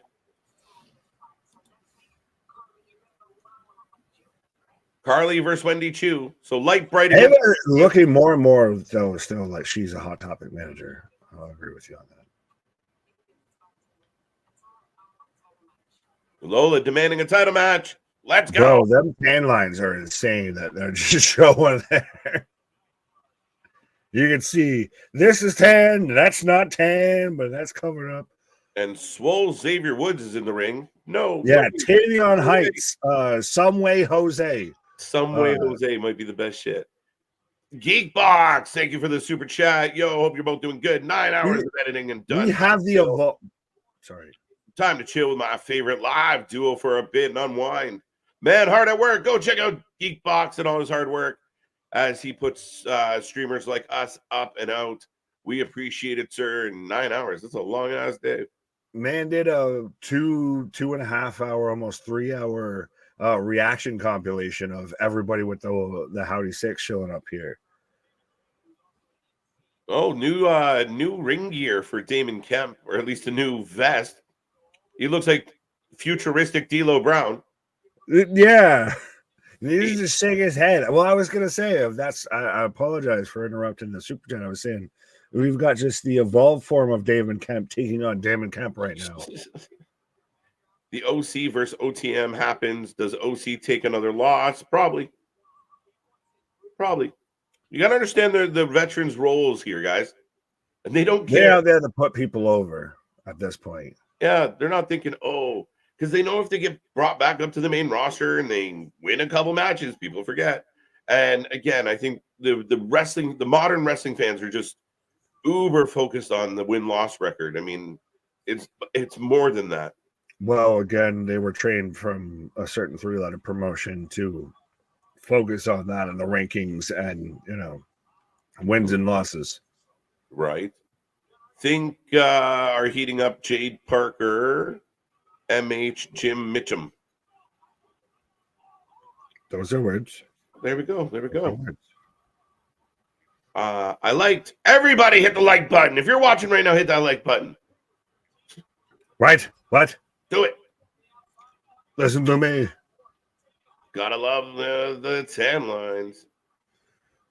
So this is Tavion Heights' qualifying match to get into the no quarter pound catch crew. I never thought that would be a sentence I would have to utter if someone actually wanted to join this faction. Yeah, interesting, right? We're growing. Painful is the better term instead of interesting. Right. The first rule of the no catch crew is nobody talks about the no catch crew. Right. Has the new Wendy no one gets over in the quarter pound catch crew. Right. Has the new Wendy 2 character been disappointing? Just feels silly. It feels on brand because it's all kind of sucked. So it's hard to differentiate what sucked more. Because let's be honest, Wendy Chu before was not great. No, the narcoleptic gimmick was horrible. Yeah, no, she hasn't been good since she was out there with Boa and well, you didn't even know it was her at least. All right. I mean, again, she's got a lot of talent. Anything they've asked her to do, she's done well, even if it's stupid. I'm curious to see what they do with this. I haven't. Is it worse than Sleepy Chew? Is Spooky Chew worse than Sleepy Chew? I like Spooky Dookie Chew worse. I give Spooky Chew more credit because I can't tolerate somebody like falling asleep during the match and not getting kicked in the face. So I'd rather her be creepy and weird than instead if she just paints herself like a jack-o'-lantern, she can get supernatural powers and there you go. Tavion beats Damon. Right? Tavion Heights. NQCC needs Tavion. There you go. There you go. No, right. So no quarter catch crew. It's terrible. You have to sound out the fucking acronym for this group here on a sign, but yeah. The no nickel pickle pals. So that's kind of adorable, MDB. Well, as Damon Camp's almost mad, like, bro, shut the fuck up. Like, you eliminated your homie in the last in the battle royal last week, so shut the fuck up. Right. We got there you go, Kalani with Felicity. It looks like out here. That's fucking funny. Kemp for the win. It's like D'Lo Brown in a fusion dance with Bobby Lashley. Bro, she either got a case of the pink eye or she's smoking that good because them eyes are low.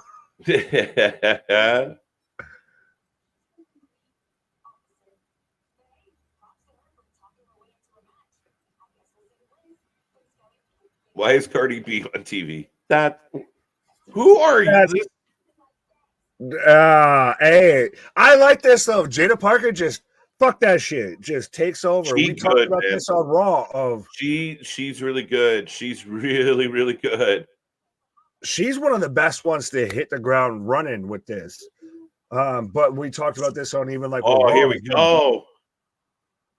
Sorry. We're getting a street fight with Mission. Let's go. But even how, like, when Drew showed up and we just got him, he cuts in front of the hard cam shot of the commentary, and then they come out and they're just talking, he just going off. Yeah, 100%. I thought it was really well done. And I love her energy. She's got something. For half a second, I was like, are you talking about Jada? Or are you talking about Arianna Grace, who's out here? Oh my God, it's so amazing to be here. Right. I love you all. Wait. Wendy Chu could be like Nikki Cross, aka Mei Ying. Wait, what? No. That ship has sailed. I could see Darby costing Jack Perry the TNT Championship at Forbidden Door. No, I really think that Jack Perry is going to win it.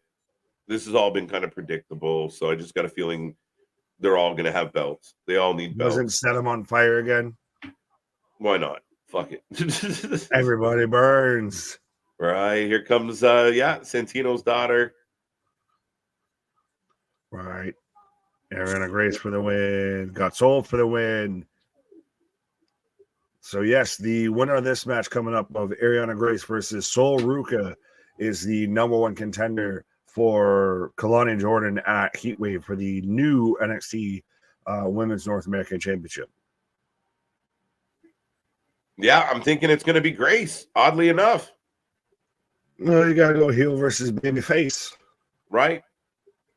And they're not against it, but I don't know if it's going to happen. I'm kind of leaning Grace. Grace for the win. I could see Parker versus Julia eventually for the NXT Women's title. Absolutely, why not? It all depends. We'll see what happens. Well, you mentioned this while I was on a little pause there about when and if and how Julia shows up in NXT.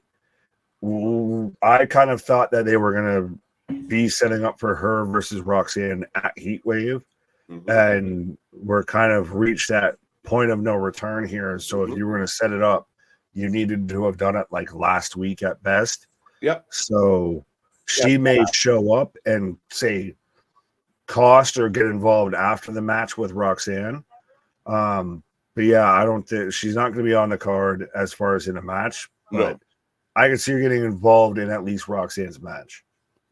Yeah, she could somehow be involved, or at least again tip her hat to her. It'd be very interesting. I do believe her wrist injury. The plan was, and I mean, again, maybe this is just another example of the dirt sheets make shit up, and they weren't going to be ready for Heat Wave. But I do think the injury delayed, what they had planned. So we'll see.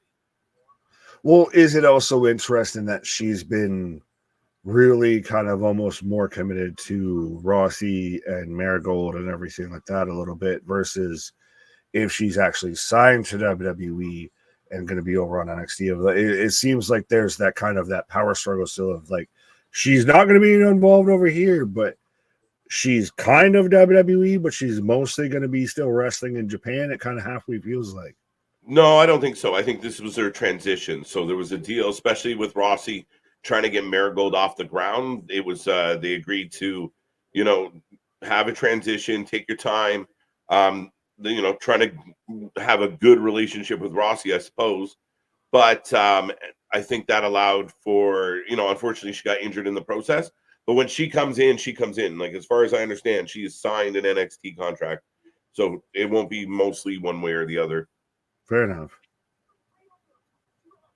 Oh, the other light bright. Jesus Christ. I was going to say, I've seen this before, but normally I'm not doing this on camera. Where's the big U on her chest? Don't worry, it'll get there. Me? No, you. Be you knit. Izzy Dame. She looks like literally if Harley Cameron just got taller. Yeah, right. Yeah, no, that's what she very much. Yeah, it's literally the same thing, just taller. And this segment of NXT brought to you by Cornhub. And I will say that though, of actually probably out of everybody there involved, Izzy Day is probably the most talented wrestler. Right? It would be a really cool moment if Arianna and Santino had hey, you're not wrong. That'd be hilarious. He says, like, Santino comes out and he's yelling at Jordan Grace or whoever, like, I got your new challenger, and it's his daughter. Run or it. He's out there cheering her on. You got to win with the Cobra. You do the Cobra. So Nathan Frazer and Axiom seem to be having some issues. So Not Man and Robin aren't getting along so well. Fair enough. I was waiting for you to call him Axiom and Axiom. Axiom and Axiom all night. Nathan Frazer's been oblivious to me. As we're getting Sol Ruca. I'm getting deja vu. I hate Carly Lee. I don't get it. Why is Carly Lee a thing when Thea Hale's a thing? Well, and that's the thing, is that wasn't even Carly Bright. That was Bryn Reesley. So holy shit. That just shows you enough that there's literally it's spin the wheel of gimmicks and blonde hair dye. Who is we said this before? It's the fucking hair dye section of Walmart of what fucking cover girl fucking hair dye do you want to look like? Right. Somebody asked, what is the shelf life of Ariana Grace with this gimmick? Does the pageant queen gimmick have a? It might not have a shelf life as much as it has a ceiling, but if you do it right and she kind of flip flops, she easily can go from babyface to heel. And it does have a shelf life of you can't still do this, 10 a years, year or two down the road. yeah. But this more has like you said, this more has a ceiling than a shelf life. That's the one that's going to run out faster. Yeah. It all depends on how you can evolve, change, and grow. So she's got to pick up a win or two too. Like that's the thing. She's been out here just like we talked about with like Joe Coffey. Just she's out here to catch L's. Bright has a bright future, and Izzy Dame. Wait, is she dating Izzy What? Dame? She has. Moving on. Nick just paused for a second. Clearly, he paused for me. Oh, fair enough. I don't know. As the match is off and running. Oh, don't go Buster. Well, X Factor. Yo, you're dealing with the X Factor. I got everything I ever wanted. Ooh. Arianna feels Divas era, not in the current era. I don't. Maybe a bit of a throwback vibe to it, but I mean, we still have that. I mean, we still have. I think it still works a little bit. So, what do we say about Chelsea Green, who literally said if she wins Money in the Bank and cashes in, she wants to turn the women's heavyweight title, world championship into the Divas title. So, what are we saying? She would too. And it would get over. And it would get over. It would get a lot of boos. That's a heel move. Right, but that's you're going to get heat. It would work. You would sell them. I don't think they should go back that direction. I'm not saying they should, but I'm saying they did. What? Yeah, I think it'd be a great heel move. Right. Arianna feels got that one. Tyler Bate, very lucky man. He's dating Ruca. It's amazing. They just see who can lift the other one. That's their foreplay. I can Bate climbing that. Man's just eating soul snatchers like a motherfucker. Bate goes up on his girl. This Arianna Grace gimmick, so she's a diva. Yeah, I mean, I think it can work for a while. He hits the little springboard, the little bounce back lariato right in there. Big boot by Arianna. Grace can always be traded. She can. Grace for Grace. All right. Just like Chelsea Green, they're keeping the diva alive. There, TJ said what you said. All right. Carly, well, and that's the thing is it's still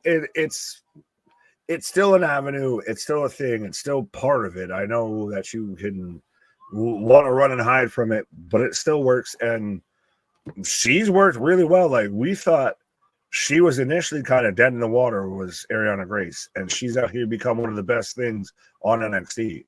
Right. No, she's done well, and she wrestles real strong. Right. And so Ruca firing up. I mean, I thought this match had been pretty good. Brainboard, forearm, crossbody. It wasn't a crossbody. It was definitely a forearm. Well, that was a little. You do this. I do that. Big kick out. What happened in pro wrestling where?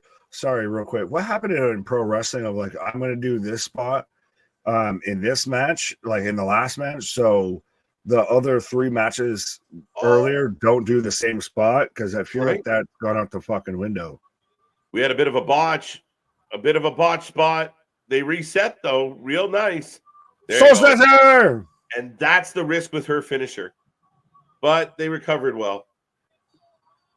Is it what? Well, it seemed all like when Tiff went for the prettiest moonsault and then kind of had to just do like the double bounce. I'd rather them do exactly what they did. I mean, that's part of the whole thing, right? Like, but Ruca, by the way, going on to face Kalani, so babyface matchup. Me thinks Kalani's championship might be in doubt here. They like Ruca. Now here comes Kalani, looking like the GM of the show, but way better. Tiffy is also a diva. Facts. People would be upset if Chelsea did that. That title was ugly. Yeah, it's a good heel move, I think.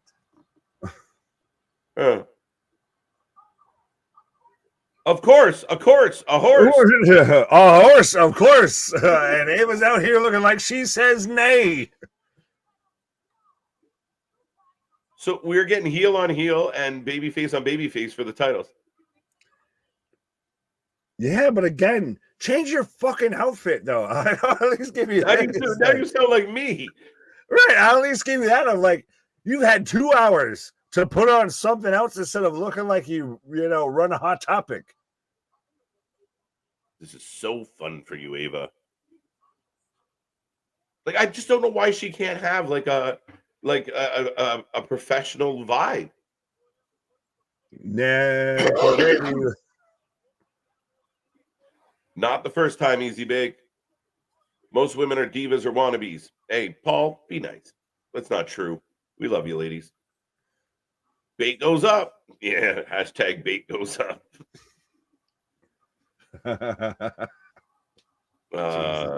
Chris is on a vibe tonight. Diva's title would be cringy, which fits Chelsea Green so well. Seriously, who cares? Her gimmick, though, the girl's a good wrestler. She will flip the switch, and I can see her going full psycho. I think we're talking about Arianna Grace, and that's the fun part of her dynamic. Yes, but saying who cares about her gimmick? Well, that's kind of a big chunk of what gets over a wrestler or not. That's kind of like one of the big 3 things to fucking have going for you. Number one, if that's not 1, it's at 2, at least 3. So I think that I get the sentiment, but still saying of who cares, I think that that's lost there.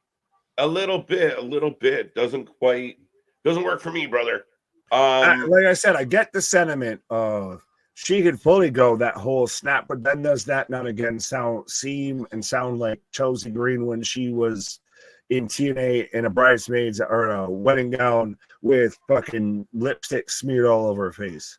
I love that Chelsea Green. She was awesome as the bride.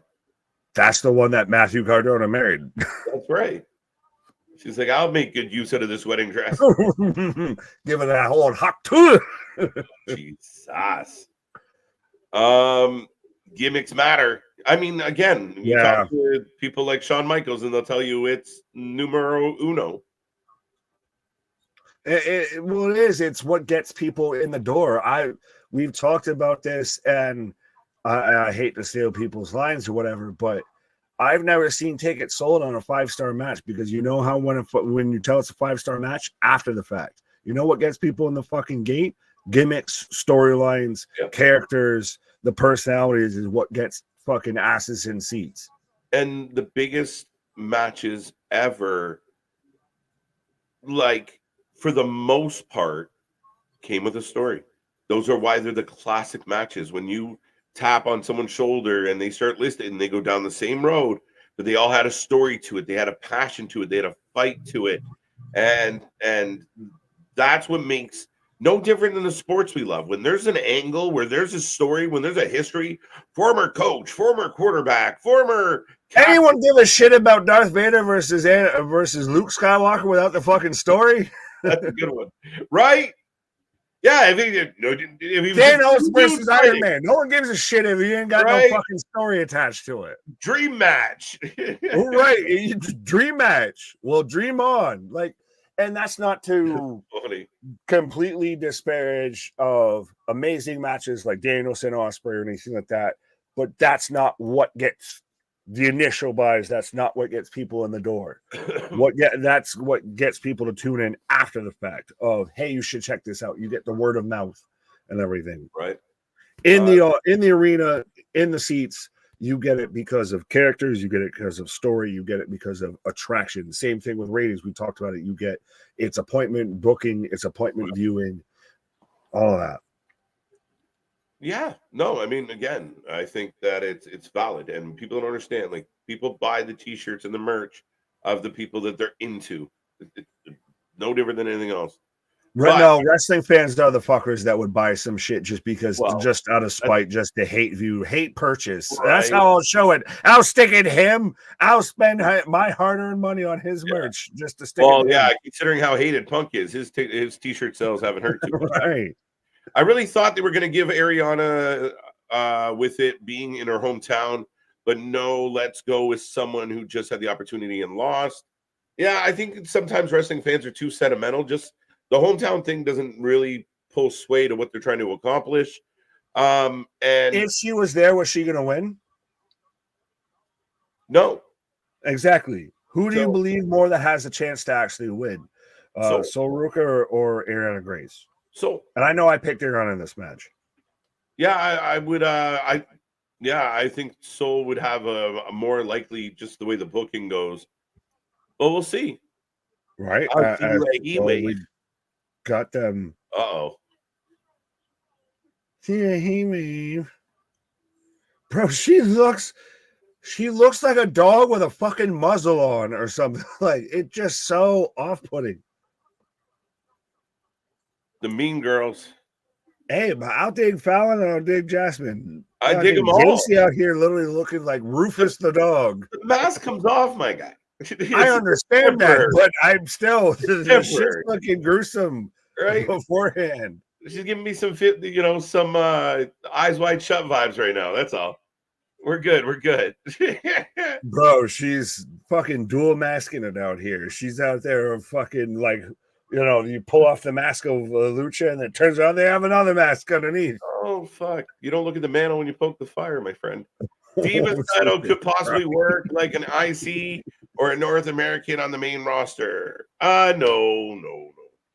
I'd rather you give it something more legitimate. Make it like, an IC title of some kind. Wait. Make it an homage of a past wrestler.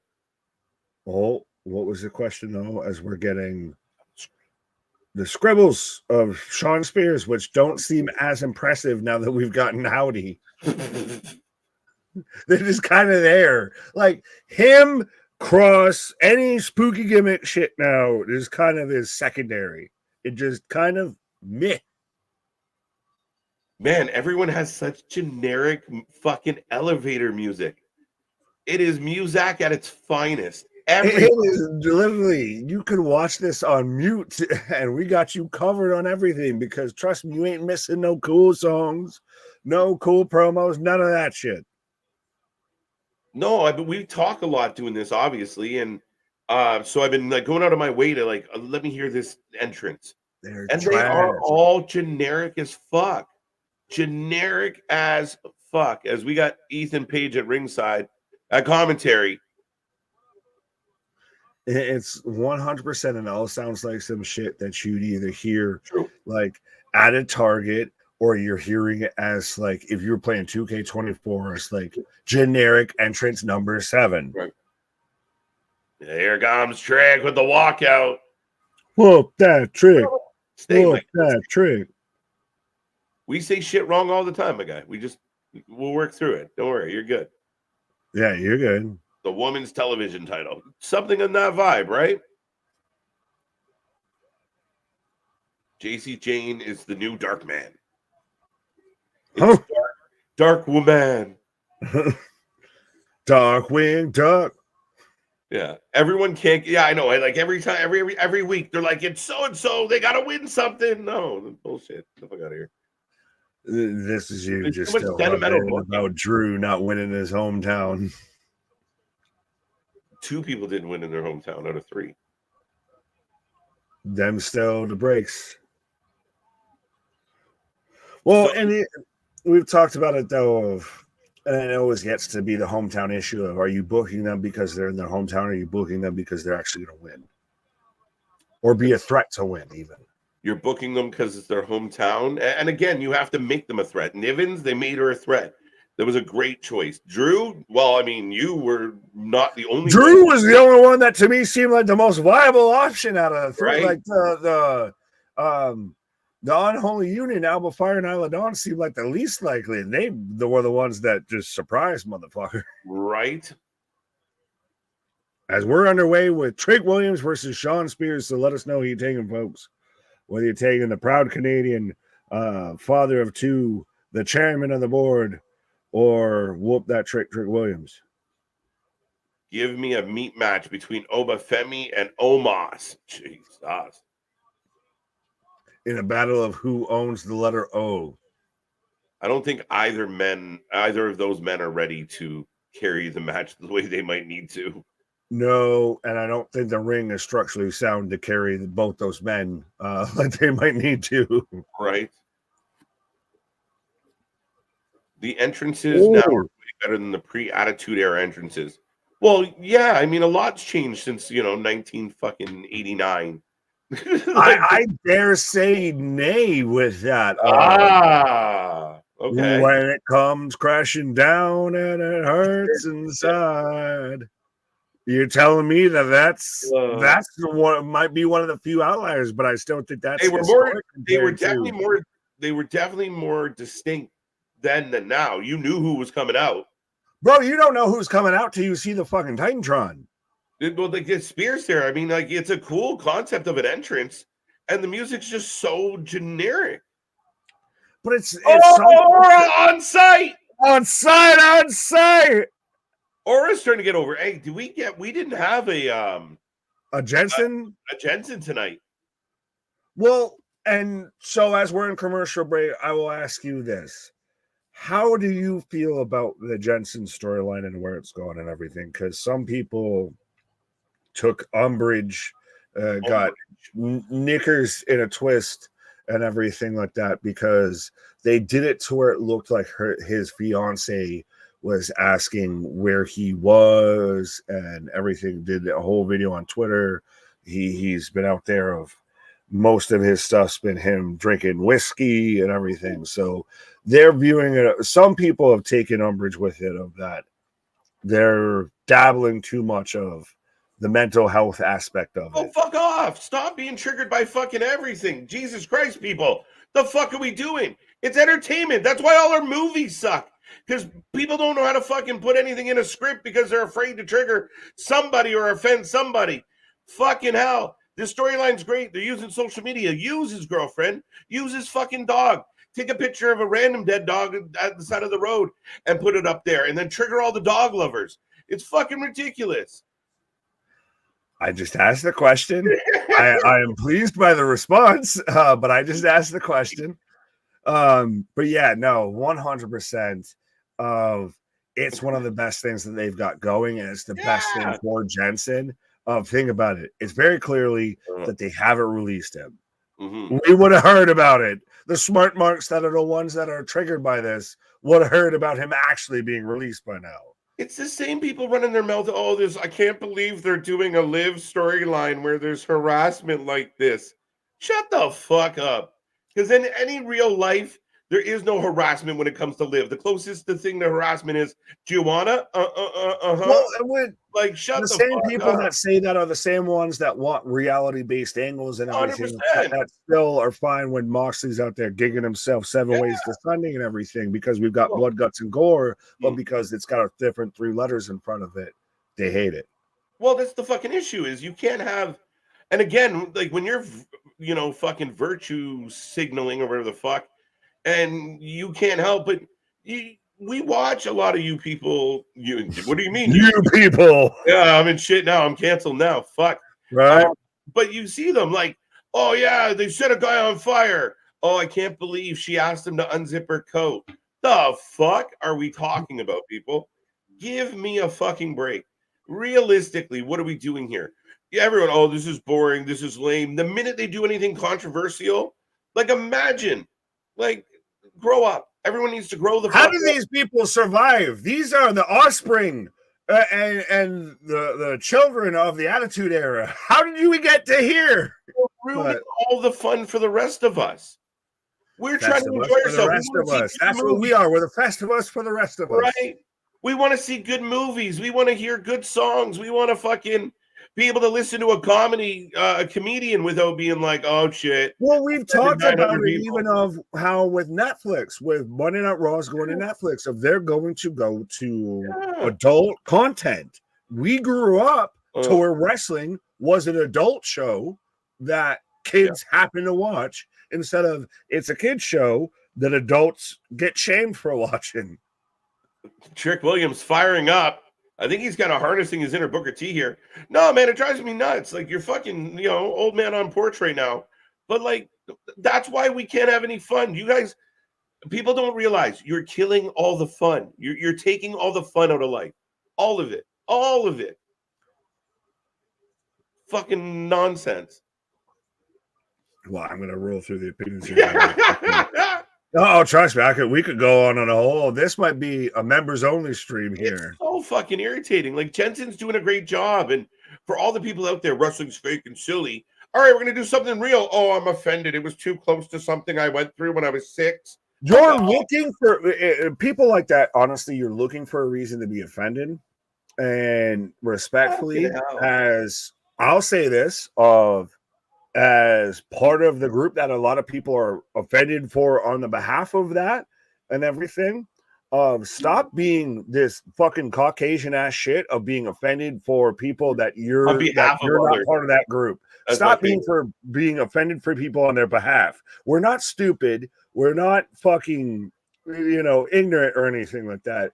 We're sorry that we're not offended by the shit that triggers you, that you need to fucking sit on your high horse and be offended by it. But anyways. Absolutely. Whoa. Yeah. Pick on that. Whoa, stop being triggered. It's entertainment. Jesus. Ronan out here. What? Michael saying, you guys freaking crack me up. You two are perfect for this job. Thank you. Michael, at this point, be your friend, tell a friend, because 100% we're trying to just turn this from a hobby and everything, then from doing what we do and everything, the hustle and grind and everything, to where this is the job, the career, to where we're out here doing this on anything and everything. So 100%. This is a really good match, by the way. I know we kind of went off on a tangent. Oh, it's a thing. It's a thing. Well, has this been the best trick match? Oh, wait. There's your Jensen. It is. Wait, no, it's a hood. It is Jensen. It is Jensen. That's the see. We talked about it. They heard us. He's out here just fucking throwing these motherfuckers around. Mm-hmm. Oh, did he just throw a monitor? Trick up and over. It's been a hell of a fucking main event. Yeah, but still, see, for anyone, respectfully, I know we're all adults here. I know suspension of disbelief. Anyone out there that thought that they would have still been airing this with this man showing up here and everything, has never watched a Super Bowl, has never watched anything to where someone's shut out streaking, anything like that, they would have cut away. We're not paying this man no mind. Sean Spears. What the? Bro. Let's go. Do we need to start having a discussion if Trick Williams is out there as far as world champions when it comes to Swerve Strickland, have both been kind of handicapped, both been chopped at the knees? No, we talked about this last night. Trick's been booked way better. And having a discussion, I don't know. Why? Because he lost, like, up until last night, we were in agreement that Trick's been booked better. He got hit in the head. He didn't cleanly lose. He got fair. Okay, so I missed that. Fair. Yeah. Fair. So okay. I mean, again, him taking this L to build the story is fair. I retract my previous statement. I just saw Man's catching L after he already hasn't had the greatest of matches and everything like that. So I'm like, maybe. Yeah. Yeah, I mean, again, you can't have it both ways. Especially, I mean, again, you have the Bray Wyatt stuff's stupid and silly, and it's just like so fake. It's like a movie. Oh, but this Jensen thing offends me, or this storyline's bothering me. You can't pick and choose. You can't pick and fucking choose. Oh, we're in the back. I'm a big fan of Stevie Turner, though. I hate the fact that we're going to have 3 or 4 authority figures on NXT. Well, I hate all of this. I hate all of this. This is just trash. Like, why does the one in the fucking t-shirt that looks like she's leaving her boyfriend's house late in the early morning and everything out here has to have sideways assistance to end the fucking show? What was that? What did she say? Anybody? Trash. That was trash. Anybody out there? What was the conclusion of that show? It should have ended on your fucking world champion and the chaos that ensued and everything like that, instead of that bullshit. What was the conclusion? Anybody? Wow, Trick takes a loss. Going on around here. Anybody? Fact checkers. Stevie Turner and Robert are assistants, yes. Fatal four-way. Trigger generation. So we went off the air with a fatal four-way. There you go. So it's official. There we go. Fatal four-way. So that's how we ended it. Yeah, I guess so. It was kind of went out on a whimper. Kind of went out on a whimper. How do we start and end the show with my least favorite thing of the fucking show? Both sides. Well, and that's now, again, everybody give your ratings. Sir, what do you feel about this and everything? Of there was no NXT and AA. We had no Cody Rhodes. We had just a regular episode of NXT. Same talent. Now we've just added Ethan Page. What have you? How do we feel? There was some parts of the show that were decent. I think there was a lot of stuff I don't care about. A lot of Chase U on my screen tonight. Yeah. A lot of cookie cutter blonde ladies. We talked about this a lot. And I think I defended them at one point, and then the flock all came in together. What the fuck? I like that they're building up the heat wave. Yeah, I mean, I wasn't bored, but I wasn't excited about much. Very average show tonight. So what's your rating out of 10, sir? I'll go 6.5. Ooh, okay. I didn't think I'd be the high note here, but yeah, I'll go 7. Okay. I still think that you still got some stuff that's got a buzz towards heat wave and everything. Like there's still something there. There's still NXT is not in just this complete kind of like malaise that it was after Stand and Deliver, like it was. So it's still got a buzz around it. It's still got things going, but it's not peak NXT. It's still not, knocking doors down 100%. So I'll go 7 out of 10. Yeah, that's fair. I mean, if you think back, like the heyday of NXT, say, and everybody talks about the black and gold brand. Imagine the black and gold brand with all those matches and all those wrestlers, but instead of William Regal in charge, it was Ava Raine. You notched the show down a little bit. I don't give a shit who's running the show. Like that. William Regal was such a good part of that show. The Ava Raine. He showed up to do War Games. What else do we see Regal? Regal had to make key decisions. He had to lead investigations. He made them. You didn't see him too much on screen. You see Ava 100%. Way too much. That's another good point, Nick. Thank you. You're welcome. Who do we see on screen more, Ava or Tony? Yeah. Oh, shit. That's a good point. Ava wearing a free t-shirt she got from work 3 months ago at the GM. No, seriously. You might not be wrong. 7 out of 10, 6.5, 10, 7.25, 7, 8, 7. So everyone's kind of in the same neighborhood. A couple 8s. I'm a little hard pressed to get up into that area, but I can't. Yeah, I mean, Monday Night Raw recently has been pretty much damn near on 10 out of 10 track record here, if not 9 out of 10s. Yeah. SmackDown just came off of probably its best show in quite a while, so. This was Go ahead. No, you're right. SmackDown cooked. Raw's been really fucking solid for the 3-hour marathon that it can be. Been really good, man. This one not that fun.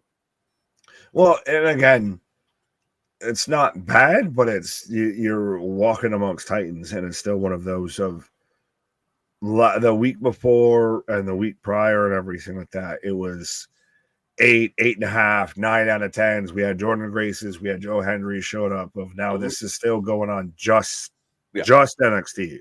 Mm-hmm. But the WWE is training the wrestling fan, or at least their wrestling fan. You're not getting something every week. Just because we did it on 1 week doesn't mean we're doing it again. Just because we did it on a Monday doesn't mean we're doing it on a Tuesday. We will do it when it's advantageous, and we'll do it when we feel like we can maximize why we did it.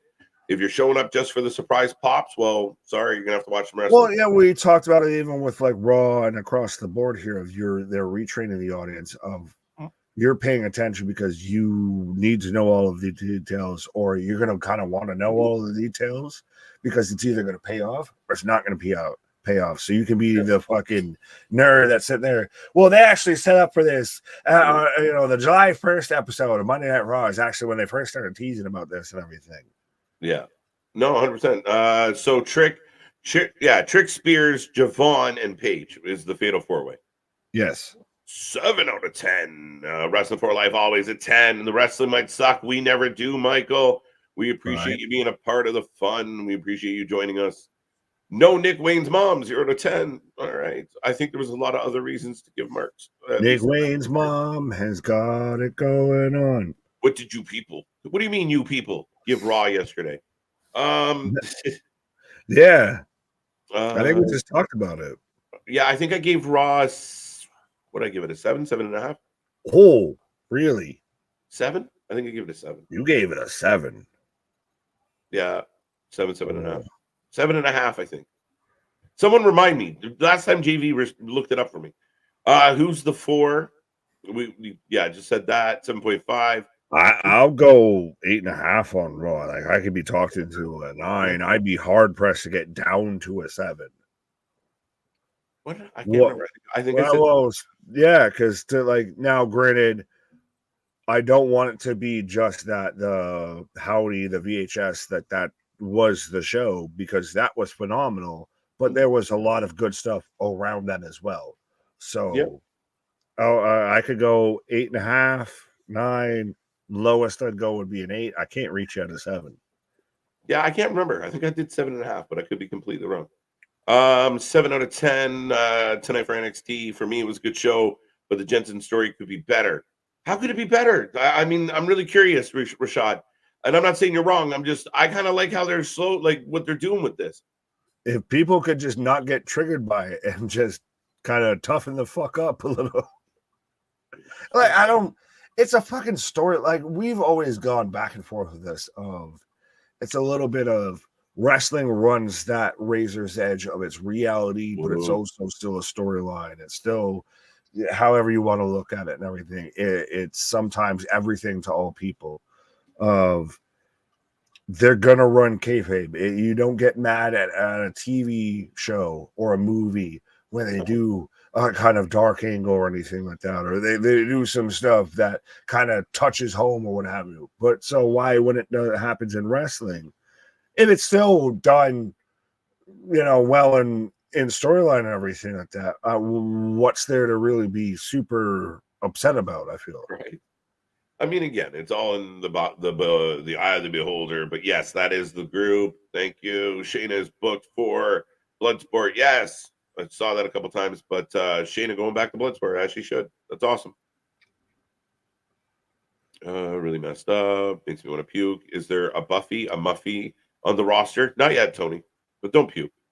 Yeah, I was trying to read through the comment, and then you just skipped ahead on me and just started reading that. So I'm like, what is happening? I was like, do we need to end the show right now, my guy? Yeah, you good? You straight?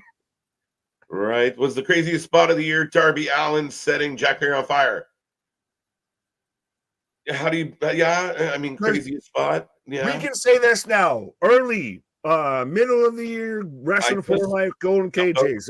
Darby Allin has 100% at least one crazy spot of the year. Because if it ain't that, it's him doing the double glass spot off the fucking ladder in Sting's match. So 100%, he's one, or getting hung up and fucking, strung up like a fucking pinata. So Darby Allin, you have one early spot of the year. Spoiler alert. But yeah, no, and the For Lifeies is about to be posted. It will be in a couple weeks, a couple Thursdays from now. So stay tuned for that one, folks.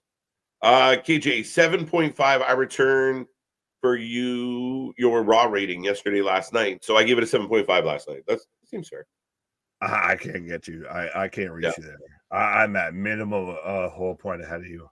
That's awesome. As far as I really thought maybe going into the main event, you were pretty kind of like, But I think the 7.5 for me was just it felt like a little bit of a longer show, and I felt like there was some lulls where I didn't quite love what we were getting. I'll say respectfully, my only redaction I would have out of there was the Cross, Woods, Kofi. Yeah, That can kind of just fuck off a little bit, respectfully. yeah, I don't get it. Like, I want to like all the parties involved. right. But I I just just don't like the parties involved. Yeah. What did you think, real quick, before we tap out here in last call? What do you think about the new tag champion? It's 100%. It works. It plays into a story perfectly. Of Liv is out there, of just the Christ, why am I the Black Widow? Why am I blanking on the fucking spider's name? She's the goddamn spider that's out there casting the fucking web and catching everybody. And the poisonous goddamn spider. Anyways, Black Widow? There we go. Yes. Russian spy, Scarlett Johansson. But there we go. She's 100% out there just casting the web of to where she can even sit there and play it up of, I was just helping you guys out. I got you guys the title shot. I helped you guys win. She's doing everything that seemingly is helping the club, but there's clearly ulterior motives behind everything. No. And by the way, I am very jealous of Dominic Mysterio, not because of the whole Liv thing. I just want that tray of chicken nuggets. Yeah, no shit. Let's go. No, and beyond that, I think it's she's good, man. I think she's done really well. Like a lot of people talked about Becky stepping aside and dropping the belt, and I think Liv's done great with this. I think it's intriguing. I'm really curious how Finn ties into this. I really am. They've layered it, so we're guessing. Woo! I'm starting to think of like, well,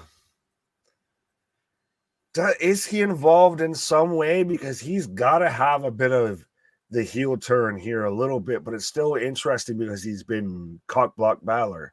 So, but he's got to be the one that kind of runs, perpendicular to Damian. He's got to be the one that out of everybody in that group, those are the two that are going to clash and actually have a match or two. Right. Is NXT Heat Wave in the same arena as Money in the Bank? Yes, it is. Back-to-back nights, taking over the Scotiabank Arena. All right, ladies and gentlemen. With my woe. Are you okay with Kalani choosing Soul and not someone earning the opportunity? Soul had to win a match. Did she not? Yes. You didn't pick her. Soul won a match. Unless she picked who was challenging for it, but that would be weird. And she's still got to win a match, excuse me. Right. Thank you for liking the stream. Absolutely.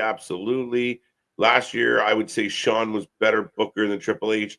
This year, it's clearly Triple H. I mean, that's a fun debate. I don't even know if they were booking the same time last year. No, maybe not. Yeah. There you go. I need to keep record for the Wrestling for Life ratings to see what you actually wins the week. Yeah, I mean, again, tonight I give a lower mark than I gave to Raw. I like Raw overall better. Not bad shows, just not, again, not every show is going to be a fucking grand slam. So, JV, I want to see the stat sheet. I want to see the layout, the fucking poster board. I want to see the fucking fossil records on all of this. Right. To see the fucking pattern. If you're gonna really keep records, I want a visual image. I'm a visual learner. I need to see the whole board and everything out there. Yeah, get out the fucking push pins and the string. Let's go. Pepe Sylvia. Right. But ladies and gentlemen, that is going to be it for tonight. Thank you for joining us for NXT. Thank you for still being here if you are. Remember, we are here all week long. Back for Dynamite tomorrow. Thursday is going to be the Forbidden Door pre-show. Remember, tomorrow is a go-home show. So Thursday, the pre-show. Friday, we're going live to MSG. And then, of course, Forbidden Door at the end of the week. And be a friend, tell a friend, click all the links. Follow us on social. Check out our Discord. Go get yourself some merch. You can get a fancy Wrestling for Life Network mug now. But other than that, my people, thank you. You get a bucket hat too to keep you protected from all the heat waves out there. Thank 100%. You. Be a friend, tell a friend, like, share, and subscribe. Our shit is real. Our shit is raw. Our shit is authentic. When you're talking about that wrestling, you better put that for life with it. See you on the flip side. Come back tomorrow. Good night.